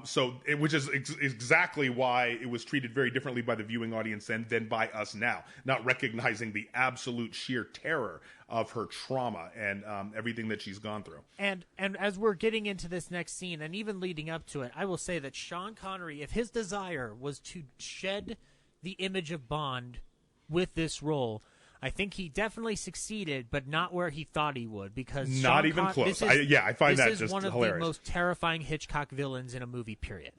He is a villain in this movie. Regardless of whatever actions happen in the back half of this movie, he is a villain. And now, when you make the declaration that I've just made, it comes with the caveat that, like, this is how I'm seeing it from the modern lens. I'm like, I can't look away from the way he's playing it and not think, oh, this guy is terrible. Now, at the time, his actions are put into a middle neutral ground that I would imagine is part of the reason why the film didn't succeed, is because even critics of the era were not sure what to make of Connery's performance. I think, or audiences, I would say. Audiences probably did not know what to make of Connery's performance, because I think the performance is genius. I just think that the story that is being told and the situation that is being handled doesn't allow Connery to have any definitive emotional dissection. We're discussing Marnie, not Mark. And so as a result, Mark's actions of the time are treated as responsible, and in the modern lens, we look at Connery as this ultimate creepy, like, fucking dude that now, and we'll talk about why he becomes even creepier, and why the back half of this movie struggles to deal with Mark, is because, and this is the scene of the film and of the book that has brought up a lot of discussion in terms of why this film didn't succeed. The scene goes as such that Marnie once again rejects his advances, and Mark scares Marnie into essentially a terror and a kind of catatonic motif, or catatonic state, and in that catatonic state, he commits marital rape. And the response of that scene has triggered debate amongst film scholars, critics of the era and of today. I will go into the screenwriting element of this. Evan Hunter, who was brought on for the project after Joseph Stefano had to drop out due to other commitments, had written several drafts with this, and he was unhappy with that scene in the original novel, and he did not want people to lose sympathy for Mark Rutland. And that's right, very much so. Very much so. He thought audiences would be extremely turned off, of course, as it should be. Yeah, and Hitchcock, however, wanted to do the scene. And there's a quote here from Evans discussing this, is that Hitch held up his hands the way directors do when they're framing a shot. Palms out, fingers together, thumbs extended and touching to form a perfect square. Moving his hands towards my face like a camera coming in for a close shot, he said, "Evan, when he sticks it in her, I want that camera right on her face." Now, I want to point out that this quote that is coming secondhand from Evan is, I don't think it has any attribution to the production of this film and the stories that were discussed up at the top. I think what this is, and I'd have to imagine I'm correct in this, in one of the few moments of certainty that I can give myself ever, is that Hitchcock, as we have discussed all over this series, was always trying to push limits, always trying to break boundaries. This was the next step for him. And regardless of how effective it is as a story, the intent to do this falls in line with his desire to break into what he was seeing coming out of the new wave in Europe. He wanted to break a boundary. And I think as a result, it forced a divergence between an old school method of screenwriting and a new school method of storytelling. And as a result, the sequence as shot is obviously as tame as it can possibly be for the era. It's literally, and it actually does something that, I'm sure Hitchcock probably wasn't keen on doing initially, which is as it's on her face, as Mark is raping her, the camera pans away. Yeah, exactly. It pulls out to a move that would be later on cribbed by Quentin for the ear-cutting scene in Reservoir Dogs as well. Yes, exactly. Which, and, obviously we talk about Quentin cribbing those things, but like that version of how you break away from violence is not even just Quentin's. This is actually something that happens throughout films. One of the best examples of it is in The Public Enemy when Cagney shoots a guy, but the camera pans away and is focused solely on Cagney's partner when you hear a gunshot go off and a piano keys all hit in simultaneous fashion. So this is not a particularly a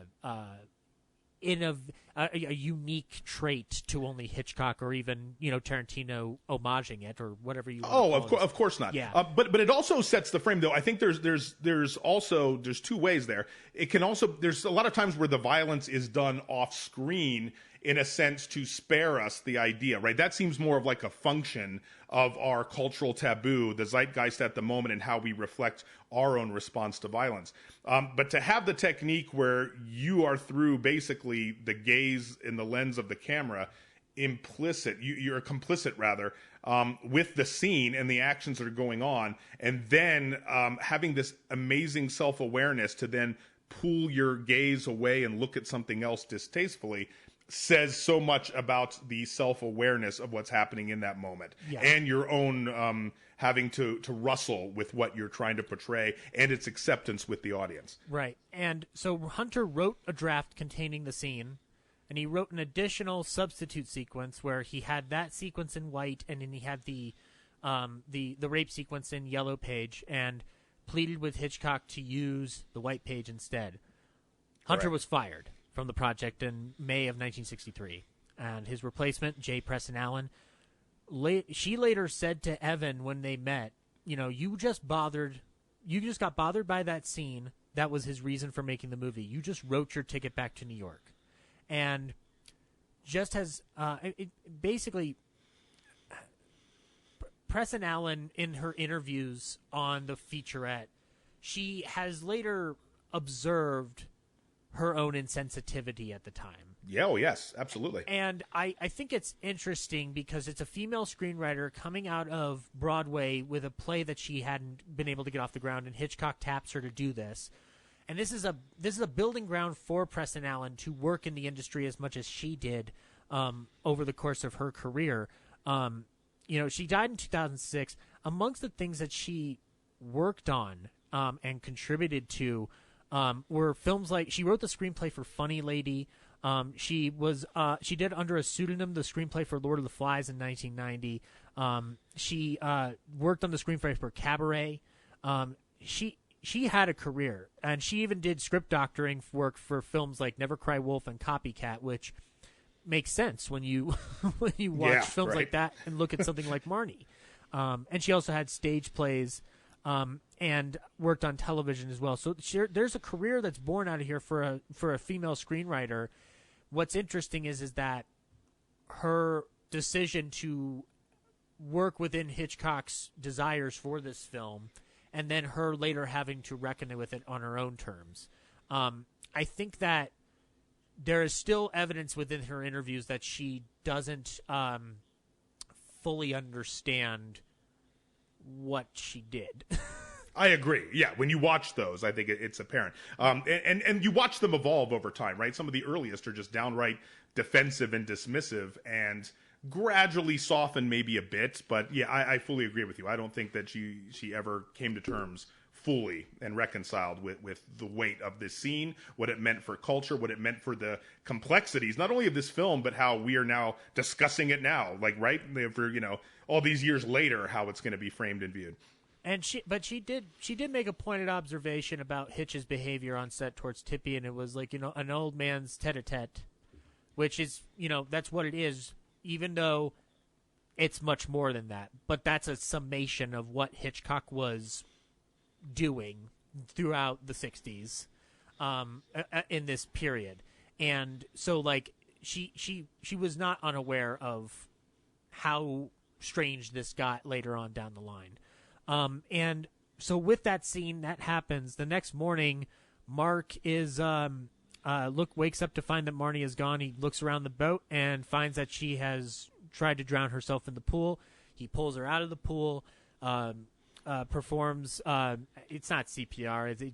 He's getting the water out of her her lungs. She coughs, and he's just like, why didn't you just jump overboard? And she said, the point was to kill myself, not to feed the damn sharks. And that's an interesting line. I don't know how much dissection can be out of it, other than the fact that Marnie is again asserting a lot more of her control over the situation than Sean will allow. And it says a lot as we even go further, because when she gets back to when they get off the boat and get back to Rutland Estate, this is where Marnie really starts to unravel mentally. And you know what? And let me just make a comment there about the pool scene, because what I thought was also interesting, there are all these great moments throughout the film earlier on where the two distinct personalities of your dual protagonists there all stem also from how they perceive nature and man's responsibility to either free it or subdue it. If you notice in the way each deals with horses, for instance, right? Marnie's love of horses, she doesn't saddle them in a certain way. She does not rein them in on a certain way. It is considered very much more of like a feminine idealism of how one is supposed to interact correctly with nature, not through dominance or through violence or through subduing. Whereas, Sean Connery's viewpoint of horses is they are only good when you can bet on them and they've got a jockey on top and they've got a number on their side, right? So you see this constant dichotomy early on with how each one views their idea of being subdued through nature and what dominance means within their system. And at this scene, she has a choice to either go into the wildness of the sea or within the man-made, stylized and constricted swimming pool, right? Which is just, taking like the ocean and bringing it on the boat. So in that scene, right after this violent act, the fact that she's in the pool, I think in some way I tend to read a bit into her subduing is in progress. Yeah. And she's drowning. She's literally drowning. And if an above land term can be used, she's being suffocated. Right. And as we get back to the house, that confinement becomes even more apparent. As shocking as the scene is with Mark raping her, I think what follows after the fact is even more disturbing, and at the very least challenging to the audience. Within this, Lil learns that something's definitely not right with what's going on with Mark's marriage to Marnie. She overhears them talking about the money that Marnie has stolen and a payoff that has happened in order to keep people quiet by paying Strut off. Mark learns then from Lil that Marnie is not who she appears to be. Prior to this, Marnie makes a call after Mark has gone off for the day. Marnie makes a call to her mother and explains why she hasn't been around lately. And Lil says she's got a mother in Baltimore. I eavesdropped through the door, and actually at one point Sean Connery's being told why he should listen to her, and she's just like, I can be a snoop or whatever, or an investigator, I could be an information gatherer or whatever, and like I'm basically just like, just say spy, just say spy. Just say spy, and then wink to the camera, please. It's because of this other thing I do. And so he then hires a private investigator to basically figure out what happened to Marnie. What happened? What is the trouble with Marnie, as the behind the scenes featurette proudly proclaims as its title. And they go over basically Marnie's behavior, and a lot of it leads into this nightmare sequence that Marnie has, where she's crying out for Mama. And we start learning a lot more about where the issues stem, not necessarily what the issue is.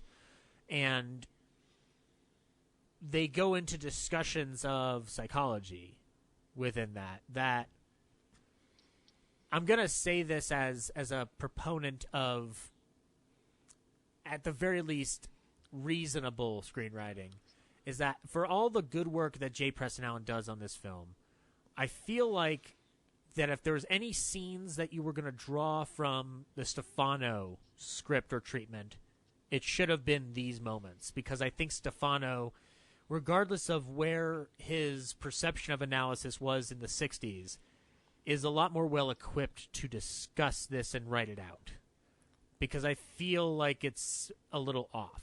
And I don't know like what your thoughts were watching it, but it feels like Preston Allen boils it down too simply. Oh my God, yes, it's dime store psychology, right? It's something that, among the fact of also being an American aristocrat, a publisher, a amateur zoologist, a collector of South American antiquities, Sean Connery is also somehow able to learn all of psychoanalysis within an afternoon of reading. And if you're listening to all the things that you just listed as Mark Rutland, you could also claim that he's Batman at this point. You know how I know? Because his father's Alan Napier, who played Alfred on the Batman TV show. That's right. I just made Sean Connery Batman, guys. You're welcome, I guess.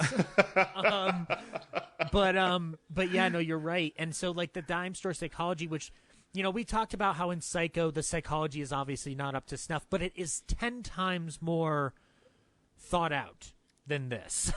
And oh my God, yes, right, and even even almost affectionate in the way it's presented in Psycho, right? Like it elicits a sympathy from the viewer, where this one is just is hilarious. It comes off terribly. Yeah, no, exactly. And so, as a result of this, she's kind of brought into the role of housewife and hostess, and Lil, at a party that they throw, invites Strut over, and Strut recognizes Marnie, and Mark basically is going to bribe Strut to make this all go away. But as they confront each other about this, Marnie reveals that she has more robberies under her belt, and Mark basically has a plan to reimburse the victims rather than getting Marnie into trouble. And meanwhile, another plea by Marnie is made to, hey, let me go. Right. And that whole scene too, by the way, of where Connery's just so calmly and dismissively rationalizing how he can just gaslight the 25, 30 people that are involved, that this never happened or that she's not even that woman, is just this fascinating study in one charge you could make about this film, is that within its context of the time period was like the last vestige of the idea of like the ultimate white male patriarchy fantasy film, right? Because that's just it's just so outrageous. They could be like, we'll just make them all forget it if I explain it in this way. And even if they don't buy it, they'll have to get in line because that's how business works. If there's an outrageous. If there's an allusion that you can make to this kind of behavior to today, the obvious example would be the way Weinstein behaved. And, exactly. And that one in itself, again, this is as we've talked about this film and how many issues are ridden with it through story and production. The illusions that you draw are the realization that the behavior has gone on longer than just the period between 1991 and 2000 and whatever. This is an institutionalized form of behavior that has obviously become its own reckoning in the last couple of years. Whether or not it'll change will depend on you. And anyway, we again, like it's so weird because I don't feel intelligently equipped to discuss these things, but here we are because Marnie exists. And so he's going to, talk to Strut while the hunt is going on. The hunt. This is not the first time Hitchcock had done a hunt sequence. He obviously did one for a film called The Farmer's Wife, where it's a lot more adorable. We'll put it that way. It is less traumatic. The Farmer's Wife is a romantic comedy. This one is making fun of romantic comedies. And the hunt sequence, it makes me want to bring up, I think, the biggest hero of this film beyond the visual, and it's Bernard Herrmann. Bernard Herrmann, composer of high esteem and high regard in the world of cinema. Obviously an Academy Award winner for the score for The Devil and Daniel Webster, and wrote the scores for films like Psycho, North by Northwest, The Man Who Knew Too Much, and a film by a certain director who had a flair for the theatrical.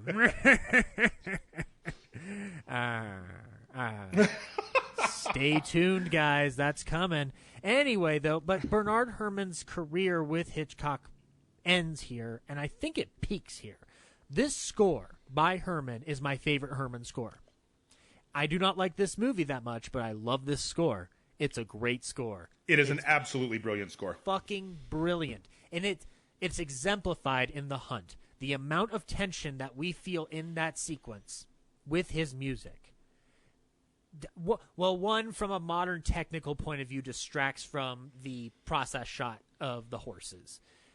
The other is that it brings a momentum and a panic to Marnie that she hasn't had up to this point.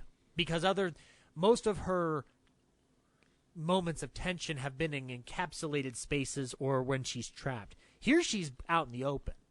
And we have this scene. So as they're going through the hunt, she sees one of the people in the hunt wearing red, which of course this was going to happen. It's one of those. It's an on the nose thing that I was like, of course she was going to see somebody in red there. But she bolts off on her horse. Lil chases after her, and in the process, after a wild jump that misses, Forio the horse breaks its leg, and the music crescendos in that moment, and this horse is struggling on the ground, and Marnie is freaking the fuck out. She runs to a nearby house and asks the owner, get me a gun so I can shoot him, because he's in pain, which, obviously for context, like, if a horse broke its leg, you fucking shot it. I'm not a vet, so I don't know how many techniques have been developed to cure horses, but this is a thing you see in pop culture all the time, and in like folklore knowledge or whatever. But bottom line is that she's in grief and she's begging for a gun. Lil arrives and is trying to calm Marnie down, and she's begging with Marnie, hey, let me do it, or at least wait for one of the men.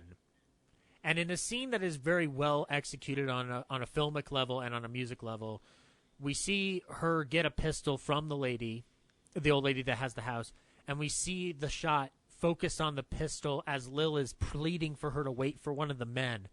And her grip tightens and she shoots that horse dead. We don't see the look on Marnie's face when she does it. We don't see the horse being shot, obviously, because that would never happen ever in this era. And it's one of the most disturbing scenes in the movie, apart from the scene we had discussed prior. That we discussed earlier, absolutely. Yeah, but it's disturbing on a different level. But what's interesting is that as she grips the gun as Lil says, wait for one of the men. I think that this is the most transgressive of the era Hitchcock gets. In this time period, the most transgressive he gets on a thematic level is this one particular shot. Because this particular shot is something that to bring back Tarantino for a second, which I'll often do. The culmination of a movie like Kill Bill stems along the lines of her getting revenge on a man that done her wrong. And I think part of it starts with something like Marnie, where the thought of a man having to do this job for her pisses her off.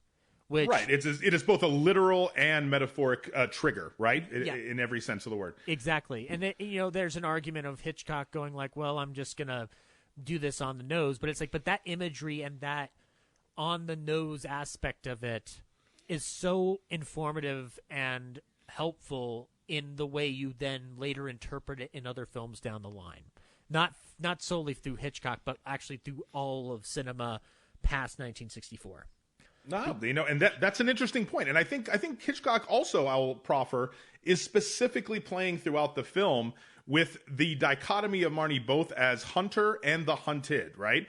She can both be predatory and be prey to someone else. And I think that's what the layer of complexity is consistently throughout. And so to have this idea of a woman who has agency and it is a predator from the beginning of the film, but then thrust into all the confines of the patriarchal system, having to now understand where her feminine and gender roles place her and the limitations that are there, and how a predator, an apex predator, can now become the prey when put under this construct is so fascinating. And I will proffer hasn't been really touched on or explored in that same way since Glazer's Under the Skin, which features exactly the same type of dichotomy. Yes, I'm glad you brought up Under the Skin, because I feel that movie filled with things like Marnie and other different dichotomies of that psychological discussion.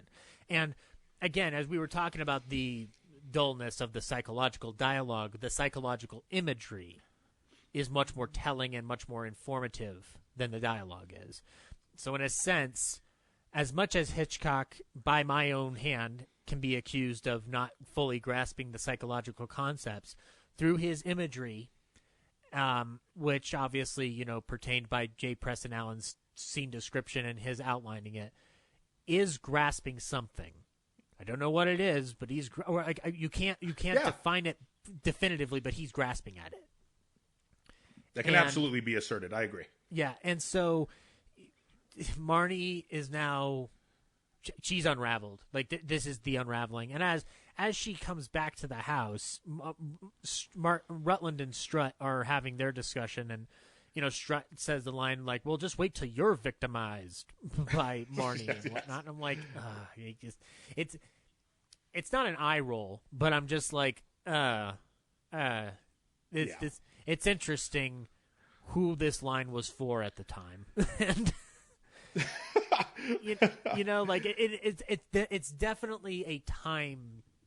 It's a line that has not aged well, but it's interesting to still have it there, and to see what then follows, which is Marnie, holding onto the gun still, steals the keys to Rutland's safe and leaves to go back to his office to steal his money and leave and basically break herself of this.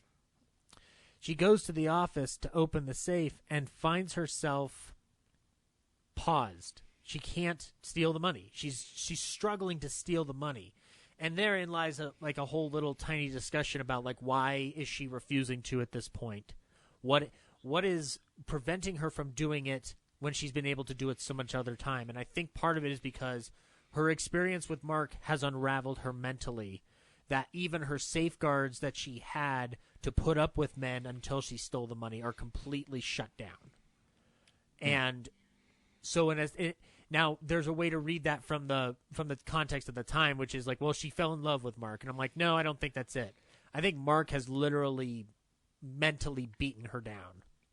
Oh, I agree with you wholeheartedly. And again, I think that it's also probably not how even Hitchcock was hoping that we'd view that. I think that would fall to the latter. I think that what you're seeing partially there too is this eternal narrative hope that Allen kind of admits she built into it, which is, well, I'll redeem him from the marital rape by just making him charismatic and romantic in a way. So I think that even though that's how we view it for sure, that's I think Hitchcock wanted it to be viewed within the context of its time in a certain way that just doesn't read out to us now. I know at the very least Allen wants that to happen, and she does unequivocally. And it's definitely what Hunter was trying to figure out how to do, while keeping the scene in. But obviously, he couldn't figure it out. And I think Hunter knew that it couldn't. I mean, I think he was and this is why I always kind of view this moment in cinematic history as this Evan Hunter moment as just the real way in which we have to just solidly confronts these complexities when it comes to problematic films and problematic art made by problematic people, right? And how we try to assess it, because it almost goes back to me in the way that we discuss modern day, let's say, the founding father argument, right, with the idea of statues coming down. And one of the great arguments and defenses, misguided as it is historically, is, well, that's just, of course some of them owned slaves. That was the way it was. This is how the system was that was of their time.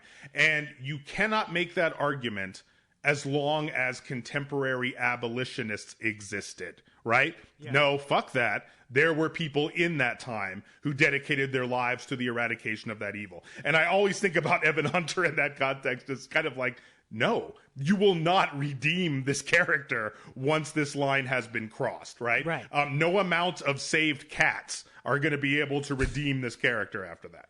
The saving the cat.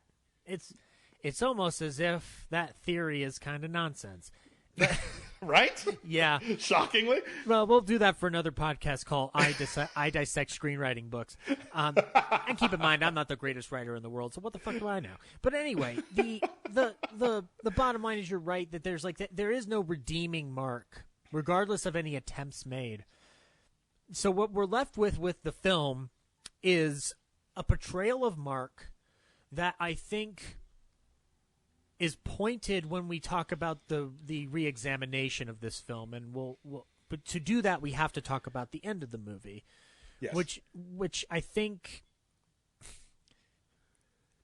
of all the things that make me uncomfortable about this film, not even the rape scene and the gun scene, the rape scene makes me uncomfortable from a visual sense. The ending becomes even more of an issue to me on, in terms of like a logic sense.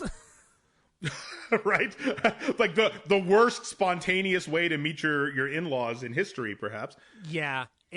But it's also like, and again, like, obviously like more, when it comes to viewing uncomfortable art and whatnot, morality, is an easy card to play into why you view something. I try to be very objective about viewing it and trying to examine all the angles. With Marnie's ending, I think that for as admirable as it probably was at the time, it's an ending that I think, it doesn't work to a certain extent because of the way it plays out, but also there's an element of the ending of this film that I think intertwines too much of the psychoanalytical attempts by Preston Allen and the visuals of Hitchcock that in a way that don't visually and thematically mesh well. But it's an interesting ending, to say the least, and we'll talk about it. Because so Mark arrives and goes like, well, they go into a row about like, well, why don't you just take the money? It's yours. And he's playing the marital game of like, what's mine is yours, and gets the gun away from her. And he says, we're taking you to see your mother. And they arrive in a thunderstorm. She does not want to get out and talk to her mother, but he forces her into the house, and they confront Bernice, who is, just flabbergasted, and how dare you bring my daughter here? How dare you question the way I brought her up, and how dare you try to bring up the past? Within the past of Bernice, it's revealed that Bernice was a prostitute, and Marnie's triggering by the color red and thunderstorms, it stems from a repressed memory of when she was a child, and one of the men that Bernice was servicing, played by Bruce Dern in this movie, is basically getting way too familiar with Marnie and trying to calm her during a thunderstorm, and Bernice does not want this man touching her daughter, and they get into a struggle and a fight. Bernice hits the man with a fire poker. And yeah. But they're still in the middle of the conflict, and then Marnie picks up the fire poker and beats the heck out of Bruce Dern's head. Which, first of all, it sucks that Bruce Dern is a villain, because I don't want to see Bruce Dern get hit. I know, right? It wasn't so jarring when you first saw him stagger out of the bedroom. I'm like, hey, don't do that to Bruce Dern. But then you see what Bruce Dern's character is, and you're like, yes, beat up Bruce Dern. Yeah, exactly, because there's much more than just even the implication of perception. It is fully on implied from both women's perspective that is the intent of Bruce Dern to possibly rape Marnie at that point as well. Yes, exactly. And so, like, and again, and also a production thing on this is that in the behind the scenes for Family Plot, Bruce Dern revealed that this was done by second unit, but that Hitchcock kind of ran between back and forth to supervise it, and that's how he kind of got familiar with Bruce Dern. Bruce Dern ended up becoming a staple in the Alfred Hitchcock Presents series before then eventually being cast in Family Plot in a wonderful role that I love. So as the memory is playing out, Mark is playing armchair psychologist. Are you trying to say, Zach, that you find it somewhat improbable that what would take typically years of aggressive psychotherapy that Sean Connery can just produce in 3 minutes of confrontation? Well, I mean, he did conquer the evil plan of Goldfinger pretty quickly a couple years down the line. I know that he can fly around in jetpacks. I know that he can drive an Aston Martin like nobody's business. He can walk away from the Holy Grail. Sure, he has these powers. It makes total sense to me that this super spy is also a super psychologist. But no. His armchair ways of analyzing Marnie and basically giving her exposure therapy is incredibly misguided. As a cinematic portrayal, I think it's fascinating to watch because visually that sequence is astounding.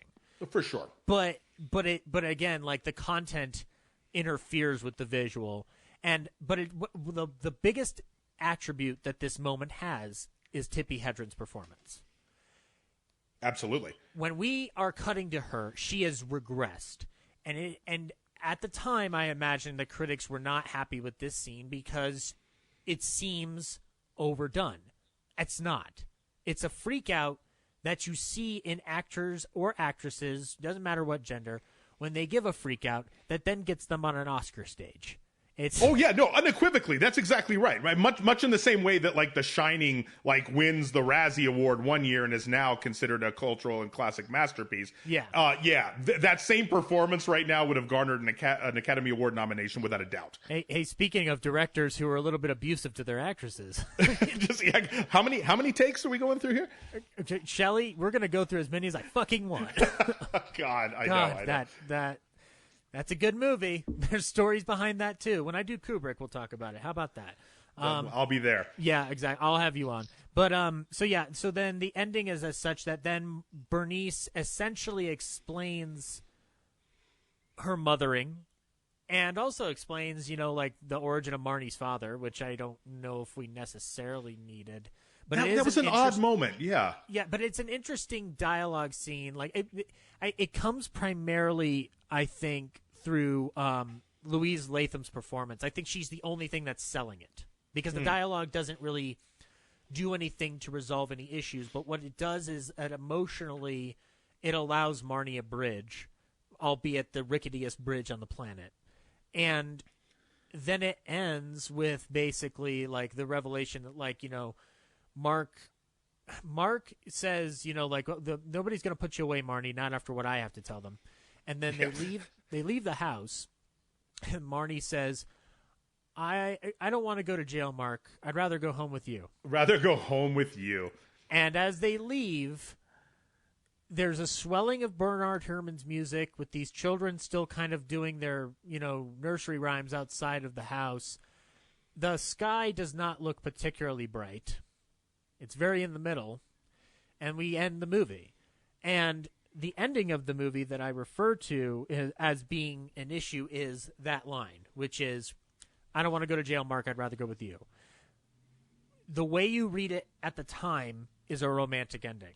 The way we read it now is revealing to the sense of, is this film ultimately about how a woman like Marnie falls into an abusive relationship?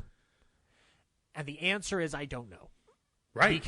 Yeah, it almost seems downright fucking subversive in the way that we view it now. Again, from our own armchair quarterbacking, right, and how we've dealt with the evolution of gender gender parity and the eradication, I shouldn't say eradication, my God, the attempt at the slow eradication of patriarchal structures. Yeah. And, and her mom's whole commentary on her inception, right? Also just kind of, again, I'm not quite sure, like you, how to best read that. It creates this, on one level, sympathy for painting a world that her mother lives in which, for men, anything regarding sexuality, regarding intimacy, is still only viewed as a form of commodity, of transaction, right?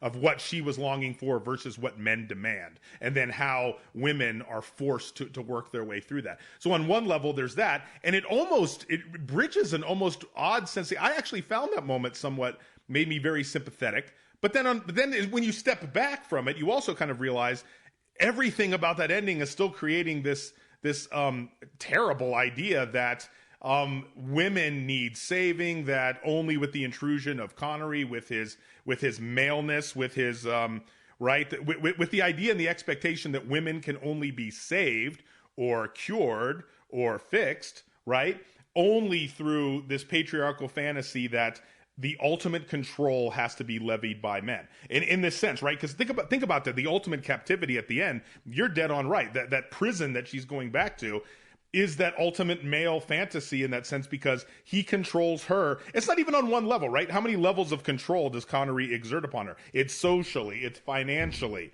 it's psychologically at the end when he suddenly becomes a therapist. It's physically, it's sexually, right? So This is just the ultimate 60s patriarchal fantasy that's also placed within a time period where, women are entering the workforce by the early to mid 1960s. They are grappling with these ideas.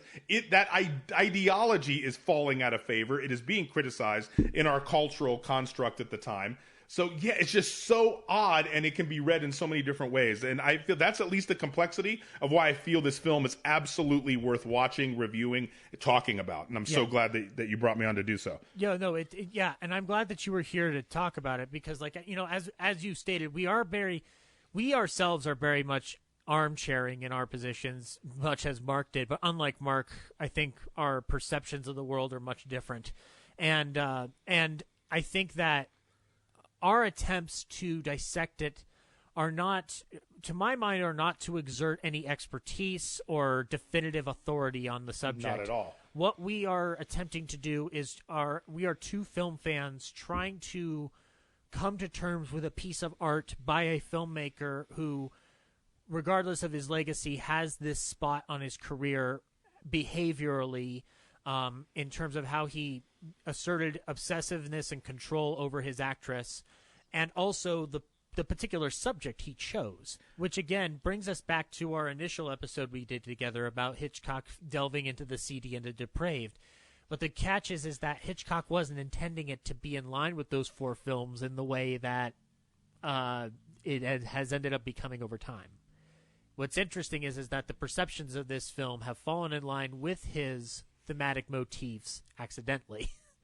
And yeah. I think that it's very telling to what it's revealing to not just Hitchcock's obsession, but it's revealing to Hitchcock's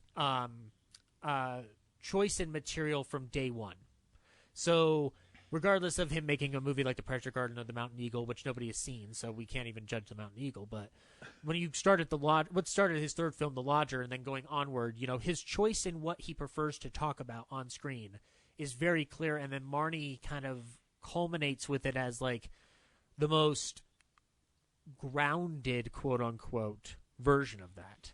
And I say grounded in the sense that there's no real fantastical set piece, there's no Cary Grant swooning Grace Kelly, there's no Jimmy Stewart solving a mystery in a fucking wheelchair. So, this one is, despite it trying to be a painting or a storybook story, there's much more of an attempt to hit a reality than in any other Hitchcock film. Does it succeed? I think that's your judgment call on it. I don't think it fully does, but I think that there's enough in the film to examine and to study, not just from Hitchcock's career, but also how we view films like this in a modern lens.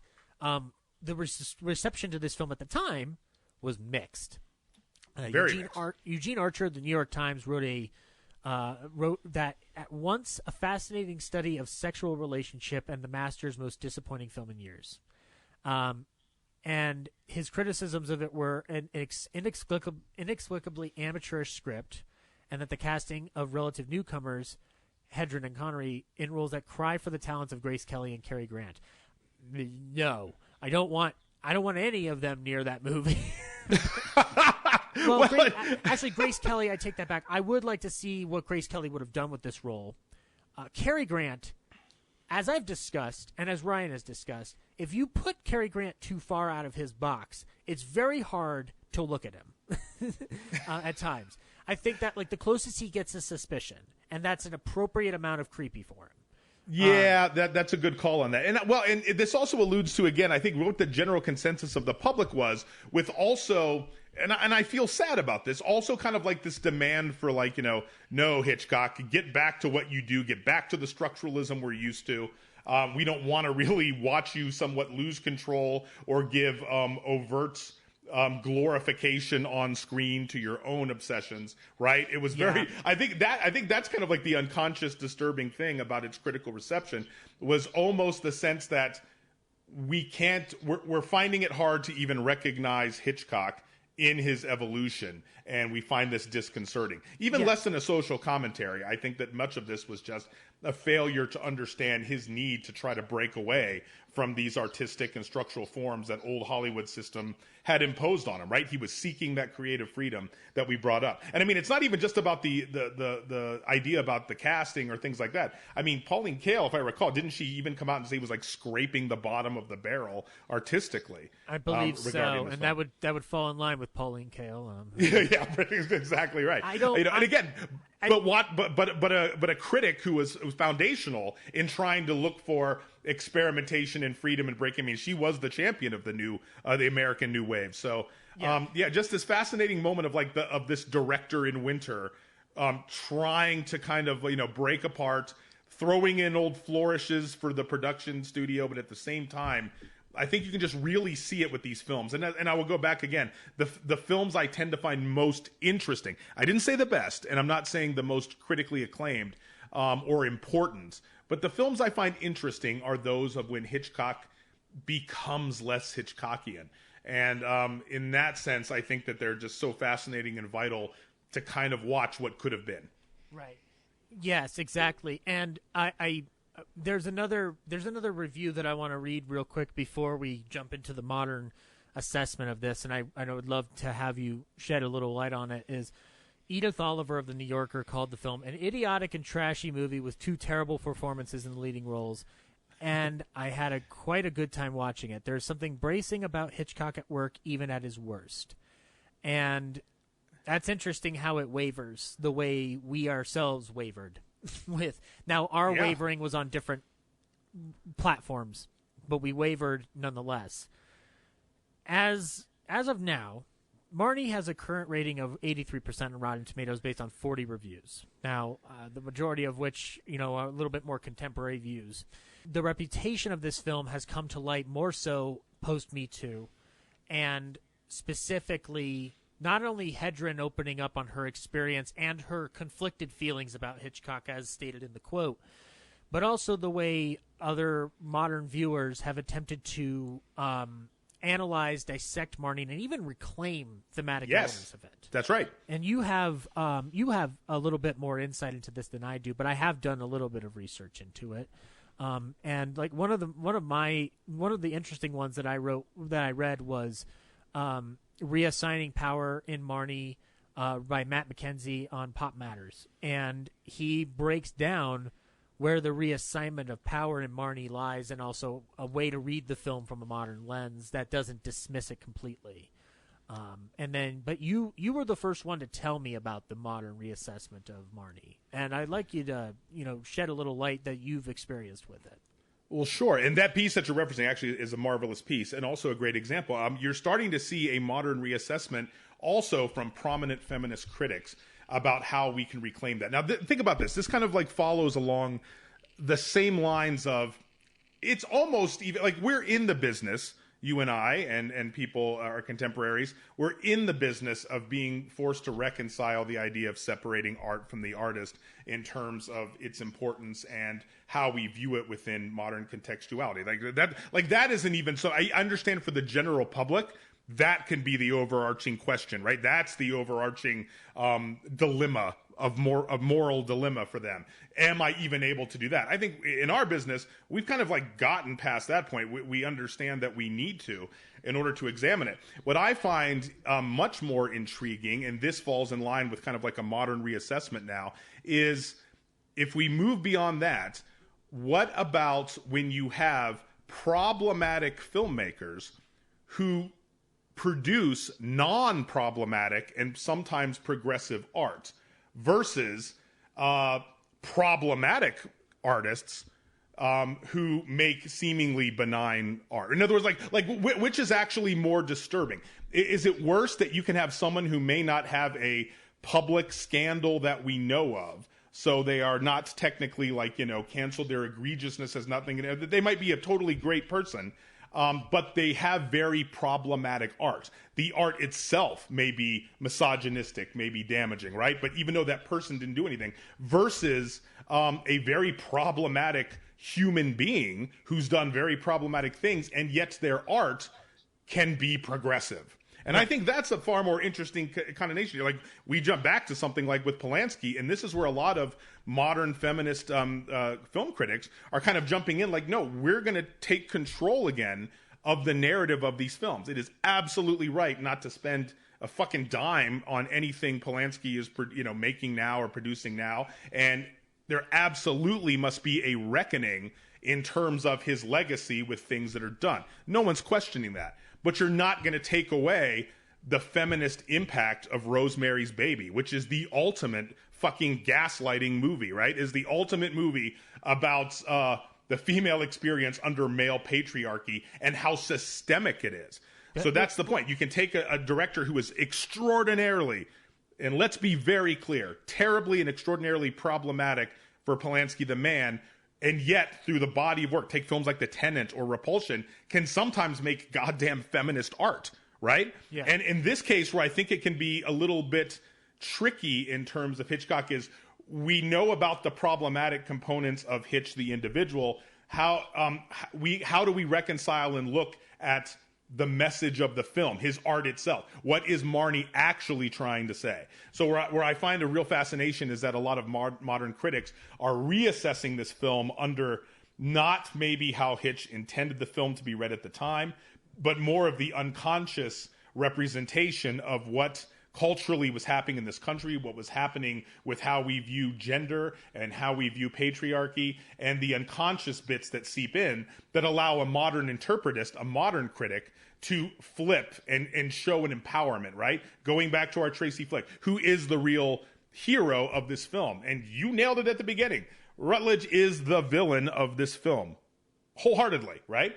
And the fact that we're able to take that is not only to me fascinating, it's not only to me one of the more exciting elements of modern deconstruction and criticism in general, but it also simultaneously makes the case that that is why you cannot resign to the dustbins of history films or filmmakers or art in general that you may find problematic. It needs to be reassessed. It needs to be reevaluated, held up to the critical standards of our own time period of cultural reassessment, and then have its reckoning publicly. And that is what makes great critique. That is why we have art in the first place. And this is a conversation that we are having very much as of late in regards to one David O. Selznick's Gone with the Wind, where there are articles written specifically, to address the contextualization of Gone with the Wind and what it's been undergoing with regards to it being removed from HBO Max, only to be put back. Don't worry, guys, they didn't fucking take it away. Yeah. But you had Vulture. There's a Vulture article by Angelica Jade Bastian yes. on God with the Wind that gained a lot of reemergence in this discussion of Gone with the Wind, and I'm only bringing up the Gone with the Wind conversation to point out like how a critic like Angelica really hits home the fact of like talking about dissecting and providing the context needed for what this film is, how it's perceived, and what to do from there. It's one person's opinion, but it is also an important opinion to listen to. And I think with the case of Marnie, the importance of Marnie being assessed the way it is today, you know, obviously it can be seen as taking control away from Hitchcock, but to be honest, this has nothing to do with, you know, to me, it never has anything to do with, you know, trying to beat a director down regardless of how we feel about him on a personal level. Like, my personal level is like, I generally appreciate, for the majority of Hitchcock's filmography, what he himself is saying about his work. When it comes to, and I mean, even there are sections of the Truffaut interview with Marnie where he's talking about it where I'm like, okay, I get your intent and I will view the film that way. When it comes to any art, regardless if it's Psycho, regardless if it's Frenzy or North by Northwest or whatever the case may be, these directors are long gone. We are only left with their product. And Ryan Frost of Real Nerds Podcast is very astute when he always says that art is a subjective form, or film is a subjective art form to a high degree, and so as a result, it is our ability as filmmakers, film critics, film historians, amateur douchebags like me, to basically look at the art the way we see it through our lens, because we are ultimately the recipients of the product. That is a culmination of the strange marriage between art and business. And so how we frame the product in terms of the modern lens will ultimately decide not its fate of it existing. Again, nobody took Gone with the Wind away from you, you morons. But in terms of what we deify, in terms of what we hold on pedestals, because I think pedestals are much more dangerous than any content a film is going to have. In terms of where you place a pedestal will be your ultimate factor on, like, well, what is, you know, highly regarded as art and what is not. You know, we're constantly changing our minds on this constantly because our minds evolve and our society evolves. And as we grow, it behooves us to take a look at films like Marnie and assess, like, okay, what is its value? And the value that I find in Marnie, not just as the piece that you pointed out to, which is, you know, this last strange and bizarre bastion of the patriarchy at its full dominance, but it also is a film that, interestingly in its own way, has something to say about the power struggle between genders and within society at that matter, in a way that, you know, Hitchcock may not even, it certainly did not intend, but got at regardless. Sometimes you do something in your art that you weren't expecting, and that's what it evolves into. Kind of like the way people take Star Wars super seriously. I don't think Lucas imagined Star Wars being taken as seriously as it has become, but it did. Sometimes, right, or much right, or like the Herman Melville. Yeah. Was that whale supposed to represent white supremacy? Was it supposed to represent the unrelenting inevitability of capitalism, or was it just simply the mammal that was existing in the water? And on some levels, you could argue it was all of them. That's right. Yeah, and so you're right. So then, as a result, like, we are left with a piece of art like Marnie that, you know, we talked about. You know, we've talked about it, regardless of like how you feel once you've heard this episode, or regardless how you felt about Hitchcock from the long run. You know, I think that looking at Marnie and its production is important in order to understand Hitchcock as a person, by understanding one of his many different avenues and ventures into his psyche. It's also a film to celebrate Tippi Hedren's ability as a performer, because I think that she has gotten historically a shaft when it comes to her acting ability. And I think through our discussion on The Birds with Matt McCord and my discussion with you on her performance in this, it's very clear that Tippi Hedren's career would have gone far had it not been for decisions made by Hitchcock to basically keep her under contract for 2 years and give her nothing to do and pass on projects for her until her contract was eventually sold to Universal, and then Universal basically dumped her contract. Yeah. And that in itself is one of the highest injustices from a film business level that has ever happened. And my feelings about Hitchcock and his behavior on this film are ones that I wrestle with daily, but they're also one of many avenues into his psyche that I can't ignore, and it makes my appreciation for different parts of Hitchcock work in a strange way, because I think when you're working on a product like the Shamley Silhouette, where you have admiration for the artist, you also have to reckon with, in your own way, their behavior on a personal level, while still making this much more about the art that they're creating itself. And the answer that I have to it is that I don't have an answer right now. I'm still learning. I'm still learning on how to process these old figures of Hollywood that have innumerable amounts of problems in their history and their past. One of the subjects that I'll be discussing in the next series has a lot of issues. And another one has a lot of issues. It's about two people, guys. It's a little tease for you. But to